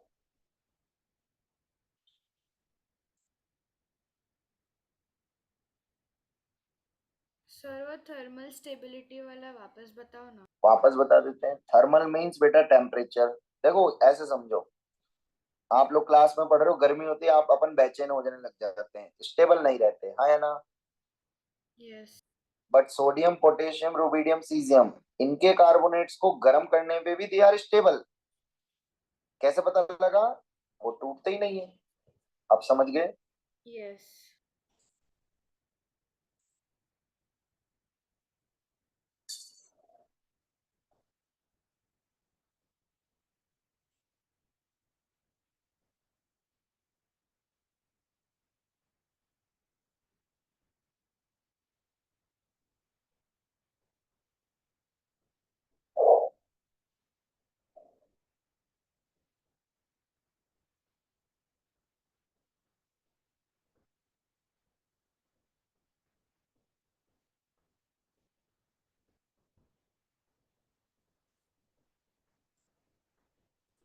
इनका सॉल्युबिलिटी का ऑर्डर बच्चों मैंने आप लोगों को लिखवाया था, कहाँ पे? याद आ गया? केमिकल बॉन्डिंग में आप सबको सॉल्युबिलिटी पढ़ाई होगी आपकी क्लास में। कार्बोनेट्स बायकार्बोनेट्स एक्सेप्शन करके लिखवाया था, याद है भाई लोगों? हाँ सर। हाँ सर। नेक्स्ट आता है नाइट्रेट्स बच्चों। अच्छा, बायकार्बोनेट के साथ भी सेम सीन होता है, ठीक है ना? बस बायकार्बोनेट के साथ एक्स्ट्रा क्या निकल जाएगी? H2 ना? H2O प्लस CO2 निकलता है, ठीक है।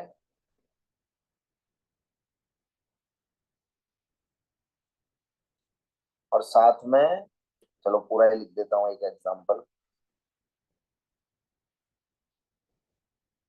मेटल के बायकार्बोनेट्स को जब हीट करते हैं तो मेटल के कार्बोनेट बनते हैं, CO2 और H2O बनता है, ठीक है। इसको लिख लीजिए।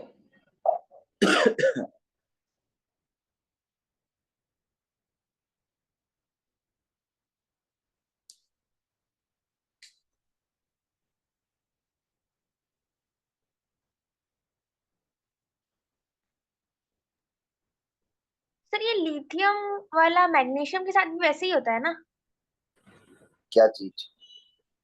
वो भी मैग्नीशियम ऑक्साइड और कार्बन डाइऑक्साइड में ही टूटता है। ग्रुप 2 की बात कर रहे हो मतलब तुम? हाँ मैग्नीशियम की, हाँ।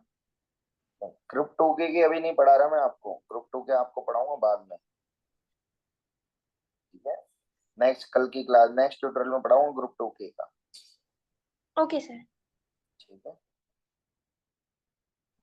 सर हर मेटल क्या HCO3 के साथ रिएक्ट करने के बाद CO2 and H2O बनाता है? ग्रुप बिल्कुल 1 का। बनाएगा बेटा, क्योंकि वहाँ H है ना, तो H का H2 ही बनता है। Okay sir. चलो भाई, नेक्स्ट है नाइट्रेट्स। अब नाइट्रेट्स जब आएंगे तो मतलब हो गया NO3 माइनस आयन, और NO3 माइनस आयन से कौन सी गैस निकलेगी? NO2 gas. बट ध्यान से देखना, लिथियम का नाइट्रेट, ये इंपॉर्टेंट रिएक्शन है बच्चों, ध्यान रखना। लिथियम का ऑक्साइड मिलता है, NO2 मिलता है और O2 मिलता है।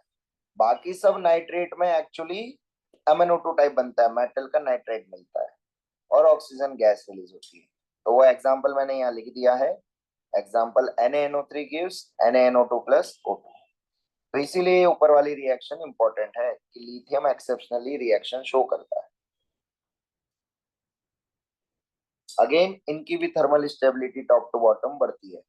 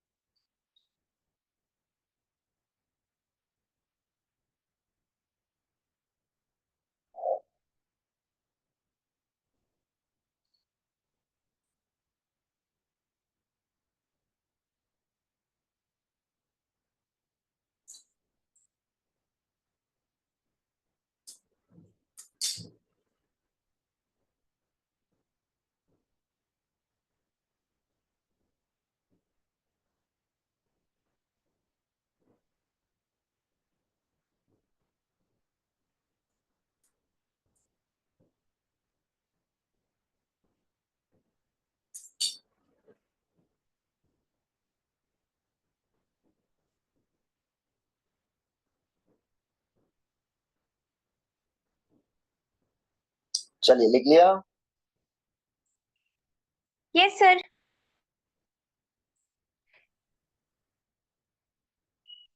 अब सेम सल्फेट्स, तो सल्फेट्स भी SO4-2 है बच्चों। तो अगेन SO4-2 की thermal stability top to bottom increase होती है।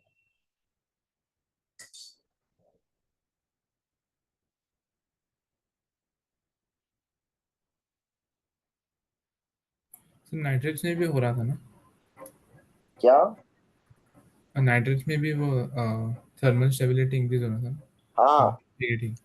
देखो याद रखना, तीनों बड़े बड़े एनायंस है, तीनों बड़े बड़े पॉली एनायंस है और तीनों की top to bottom thermal stability बढ़ती है। तीनों में सेम ही होता है, ऐसे याद रख सकते हो आप लोग। इसमें लिथियम का कोई एक्सेप्शन नहीं? नहीं नहीं, इसमें कोई एक्सेप्शन नहीं। एक्सेप्शन सिर्फ इतना सा है एक, कि Li2SO4 इनसॉल्युबल होता है, रेस्ट ऑल आर सॉल्युबल। बस यही एक्सेप्शन है और कोई एक्सेप्शन नहीं है।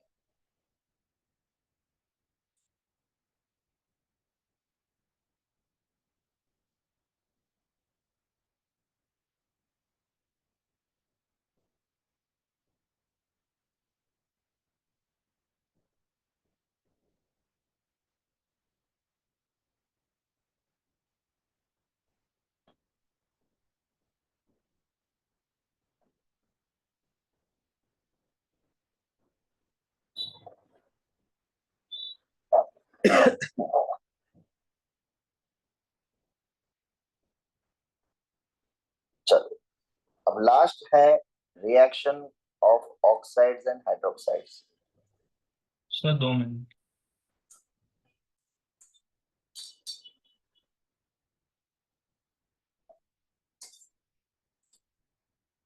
Thank you sir. तो बच्चों जैसे भी हमने पीछे देखे थे सबके ऑक्साइड्स, जैसे लिथियम का था ऑक्साइड, सोडियम का था पर ऑक्साइड, और ये बाकी नीचे वालों के हैवी के थे सुपर ऑक्साइड। तो इन सबको जब आप पानी में डालते हो, ये रिएक्शंस बहुत इंपॉर्टेंट है तीनों, एज इट इज अपने को याद रखनी है, एनसीईआरटी में दे रखी है। तो सबसे पहले अगर आप लोग देखोगे तो ग्रुप 1 के तो क्या बनाते हैं, सॉरी लिथियम के नॉर्मल मेटल के हाइड्रोक्साइड बनते हैं। जब परोक्साइड को पानी के साथ ट्रीट करोगे तो यहाँ परोक्साइड मिलता है H2O2। When you add super oxide in water तो परोक्साइड तो मिलता है और साथ में O2 गैस भी फ्री मिलती है। तो ये प्रोडक्ट्स एज इट इज आप लोगों को याद रखने हैं भाई। बहुत इंपॉर्टेंट रिएक्शंस है ये तीनों, मोस्टली एग्जाम में ये तीनों ही आती है। यहां पर लिख दिया जाता है ऐसा, एक्स वाई जेड, एक्स मतलब यहाँ ए एक्स लिख दिया, तो यहाँ वाई, यहाँ जेड, यहाँ ए, ऐसे करके ये रिएक्शन पूछी जाती है एग्जाम में।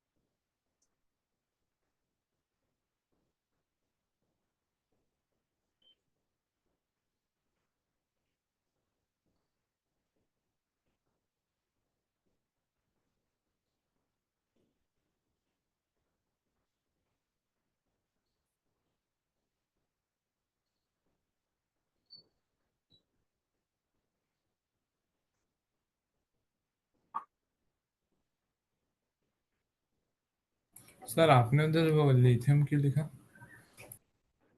ऑक्साइड कौन बनाता है? अच्छा लिथियम ऑक्साइड। अच्छा और उधर वो राइट हैंड साइड में आपने MOH क्यों लिखा? मैम प्लस OH माइनस क्या बनाएगा भाई? अच्छा तो आप वो डायरेक्टली लिख सकते थे ना? ऑब्वियसली। ठीक है सर, और ये रिएक्शंस बस याद करना है ना, मतलब इसका कुछ एक्सप्लेनेशन है मतलब? नहीं नहीं, कोई लॉजिक नहीं है, बस याद ही रखना है कि ये रिएक्शन होती है तो इसमें यही होता है। ठीक है। हाँ सर। सर और ये पूरा लिथियम के लिए है? अरे यार बेटा, ये लिथियम के लिए है, ये सोडियम का Na2O2 बनता है, तूने पूछा था ना। हाँ हाँ। और ये सुपर ऑक्साइड्स है। ओके ठीक है ब्रो। हाँ सर।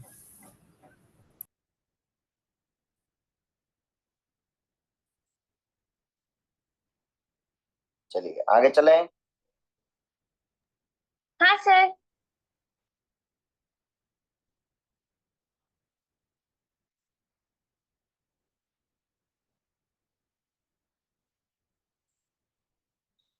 चलो एक लास्ट रिएक्शन और पढ़ा देता हूँ आप लोगों को, फिर अपन क्लास को खत्म करेंगे।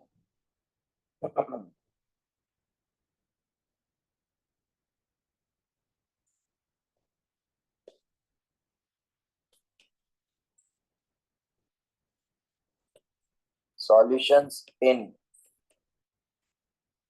Liquid ammonia.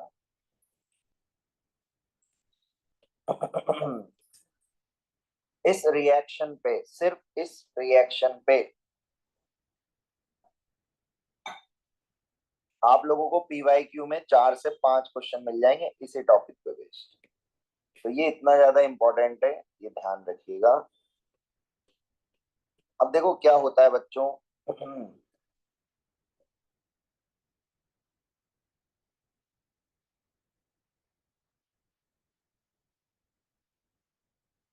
Sir liquid ammonia मतलब कि अमोनिया को लिक्विफाई करके रखा है या फिर मतलब ammonium hydroxide?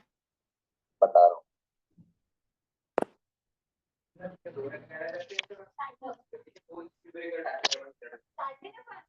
Metal plus X plus Y ammonia, ये तो जो आपकी अमोनिया गैस होती है बेटा NH3, आप गैस फॉर्म में सुनते हो, ठीक है, उसका कौन सा वर्जन है? ये लिक्विफाइड। आप समझ आ गया? यस।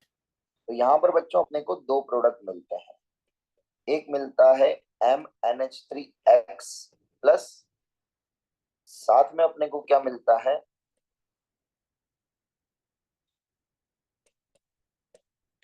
ENH3Y minus.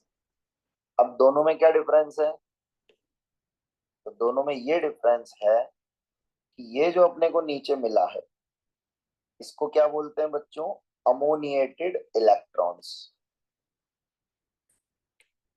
तो जैसा कि आप लोग देख रहे होंगे यहाँ पर अमोनिया अपने पास दो फॉर्म में है, एक्स और वाई। तो इसमें से एक्स वाला तो मेटल के साथ बॉन्ड बना देता है, एक्स वाला तो मेटल के साथ बॉन्ड बना रहा है, और जो वाई वाला अमोनिया है उसको कौन घेर लेता है बच्चों? उसको इलेक्ट्रॉन्स घेर लेते हैं। दैट्स वाई इस अमोनिया को क्या बोल दिया जाता है? Ammoniated electron. और यही अमोनिएटेड इलेक्ट्रॉन सारा लफड़ा पैदा करते हैं। इसकी वजह से सॉल्यूशन का कौन सा कलर आता है बच्चों? Blue colour. यही क्वेश्चन पूछा जाता है, यही पूछा गया। आप पीवाईक्यू देखेंगे तो आपको पता लग जाएगा। The blue colour of solution is due to ammoniated electron which absorbs energy in visible region of light, और उसकी वजह से हमें कौन सा कलर दिखता है बच्चों? Blue colour. तो इतना लिखने के बाद लिख लो, the blue color is due to ammoniated electrons. The blue color is due to ammoniated electrons which absorbs energy in visible region of light, which absorbs energy in visible region of light and imparts blue color to solution, and imparts blue color to solution.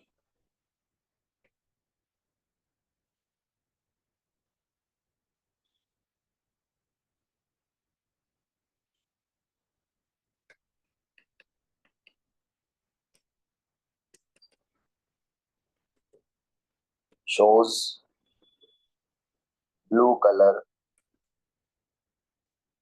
solution. पहला important point, यहां पर points लिखवा रहा हूं मैं सारे।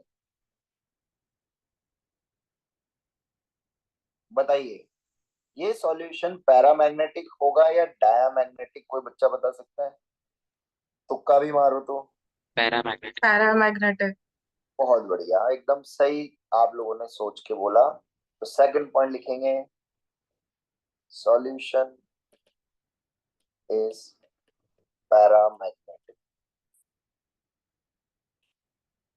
Free electron है इसलिए हम बोल सकते हैं पैरामैग्नेटिक।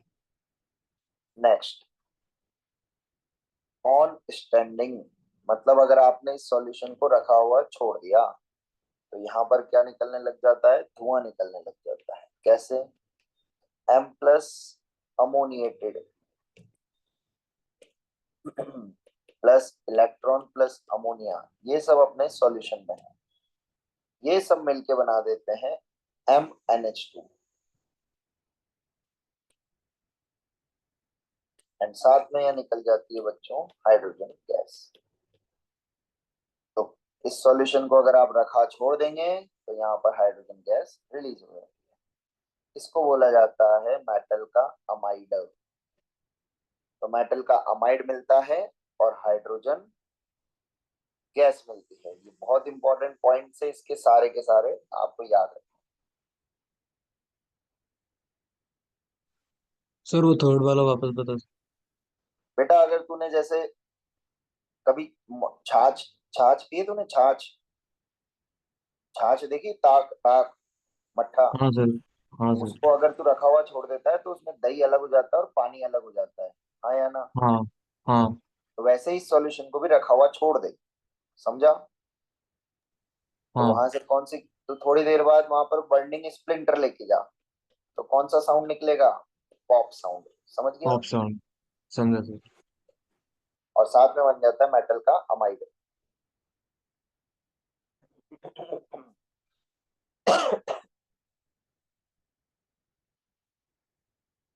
हाँ, पैरामैग्नेटिक नेचर किसकी वजह से है? वो ही अमोनिएटेड इलेक्ट्रॉन है ना। हर चीज का लफड़ा एक ही करने वाले अमोनिएटेड इलेक्ट्रॉन। ब्लू कलर भी अमोनिएटेड इलेक्ट्रॉन, पैरामैग्नेटिक नेचर भी अमोनिएटेड इलेक्ट्रॉन। आगे लिखो नेक्स्ट पॉइंट। हाँ सर। सेकंड सर, फोर्थ एक पॉइंट, सेकंड सर, वो जस्ट लास्ट वाला।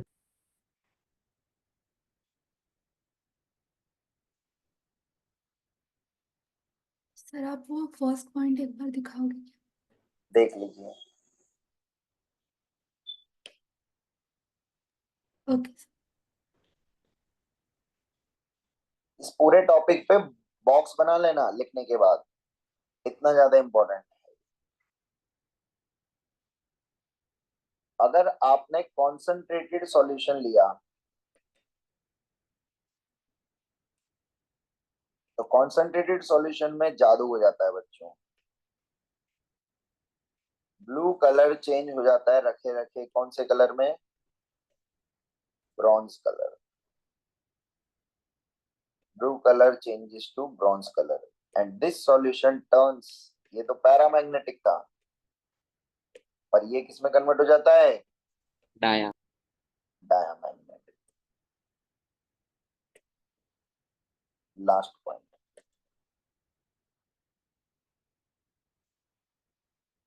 Conducting nature. तो कंडक्टिंग नेचर किसकी वजह से होता है? आयंस की वजह से।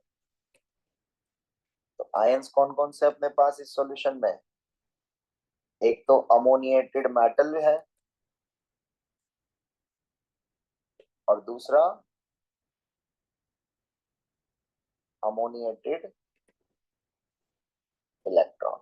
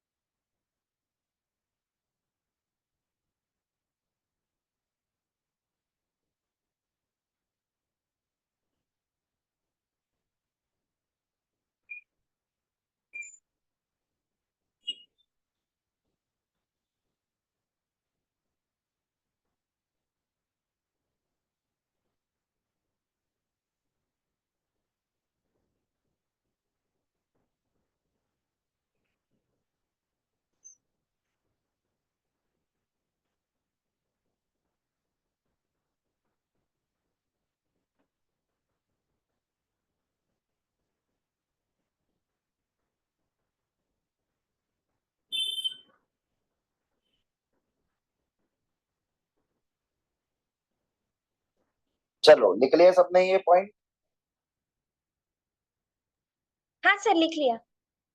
चलिए, तो आज की क्लास को यहीं हम खत्म करते हैं। ये सारे पॉइंट्स बहुत इंपॉर्टेंट थे आप लोगों के लिए जो मैंने बता दिए फॉर ग्रुप 1 एलिमेंट्स। तो मैं डीपीपी शेयर कर दूंगा, आप सब लोग सॉल्व कर लेना जैसे ही टाइम मिले।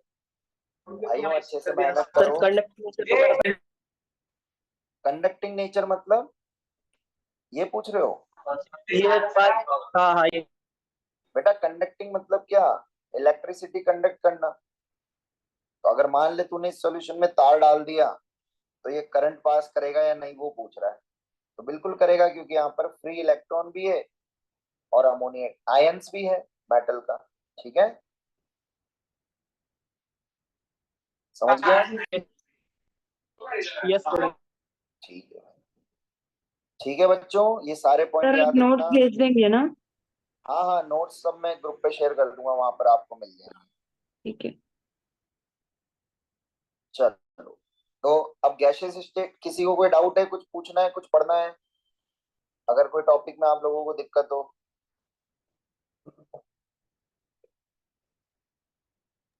सर क्वेश्चन में डाउट था एक।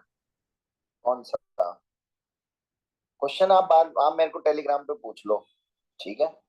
कोई ओके टॉपिक सर। में दिक्कत हो तो वो बता दो, अपने पास 10-15 मिनट में आप लोगों को देख लेता हूँ अगर आप लोगों को कोई दिक्कत हो। चलो कोई बात नहीं, अपना नेक्स्ट ट्यूट होगा उसमें अगर आपको गैसेस स्टेट में कोई डाउट लगे तो पूछ लेना, ठीक है? Okay sir okay. चलो sir, bye sir. Okay, bye bye, take care, मिलते हैं भाई लोगों से। Thank you. सर एक पूछना है। हाँ बोलो। सर आपने MnH3x लिखा है, तो इसका मतलब उस M के around an x number of NH3 होंगे ना, सराउंड यस करेंगे। यस यस यस यस, ऐसे होते हैं, मैं तेरे को बता देता हूँ चित्र बना के। जैसे ये मेटल होता है ना, हाँ सर। तो अमोनिया क्या है, कोऑर्डिनेट बॉन्ड बनाते हैं। जैसे अपन ने कॉपर सल्फेट के नहीं बनाए थे, हाँ सर। समझ गया? कॉपर सल्फेट पे बनाया था ना, कॉपर सल्फेट का स्ट्रक्चर तुम्हें बताया था।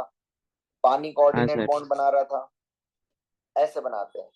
तो अब सॉल्यूशन है, तो सॉल्यूशन में कितना अमाउंट है, एक्स अमाउंट है, तो सब घेर के बैठे हुए हैं ऐसा भाई, ठीक है। Yes sir.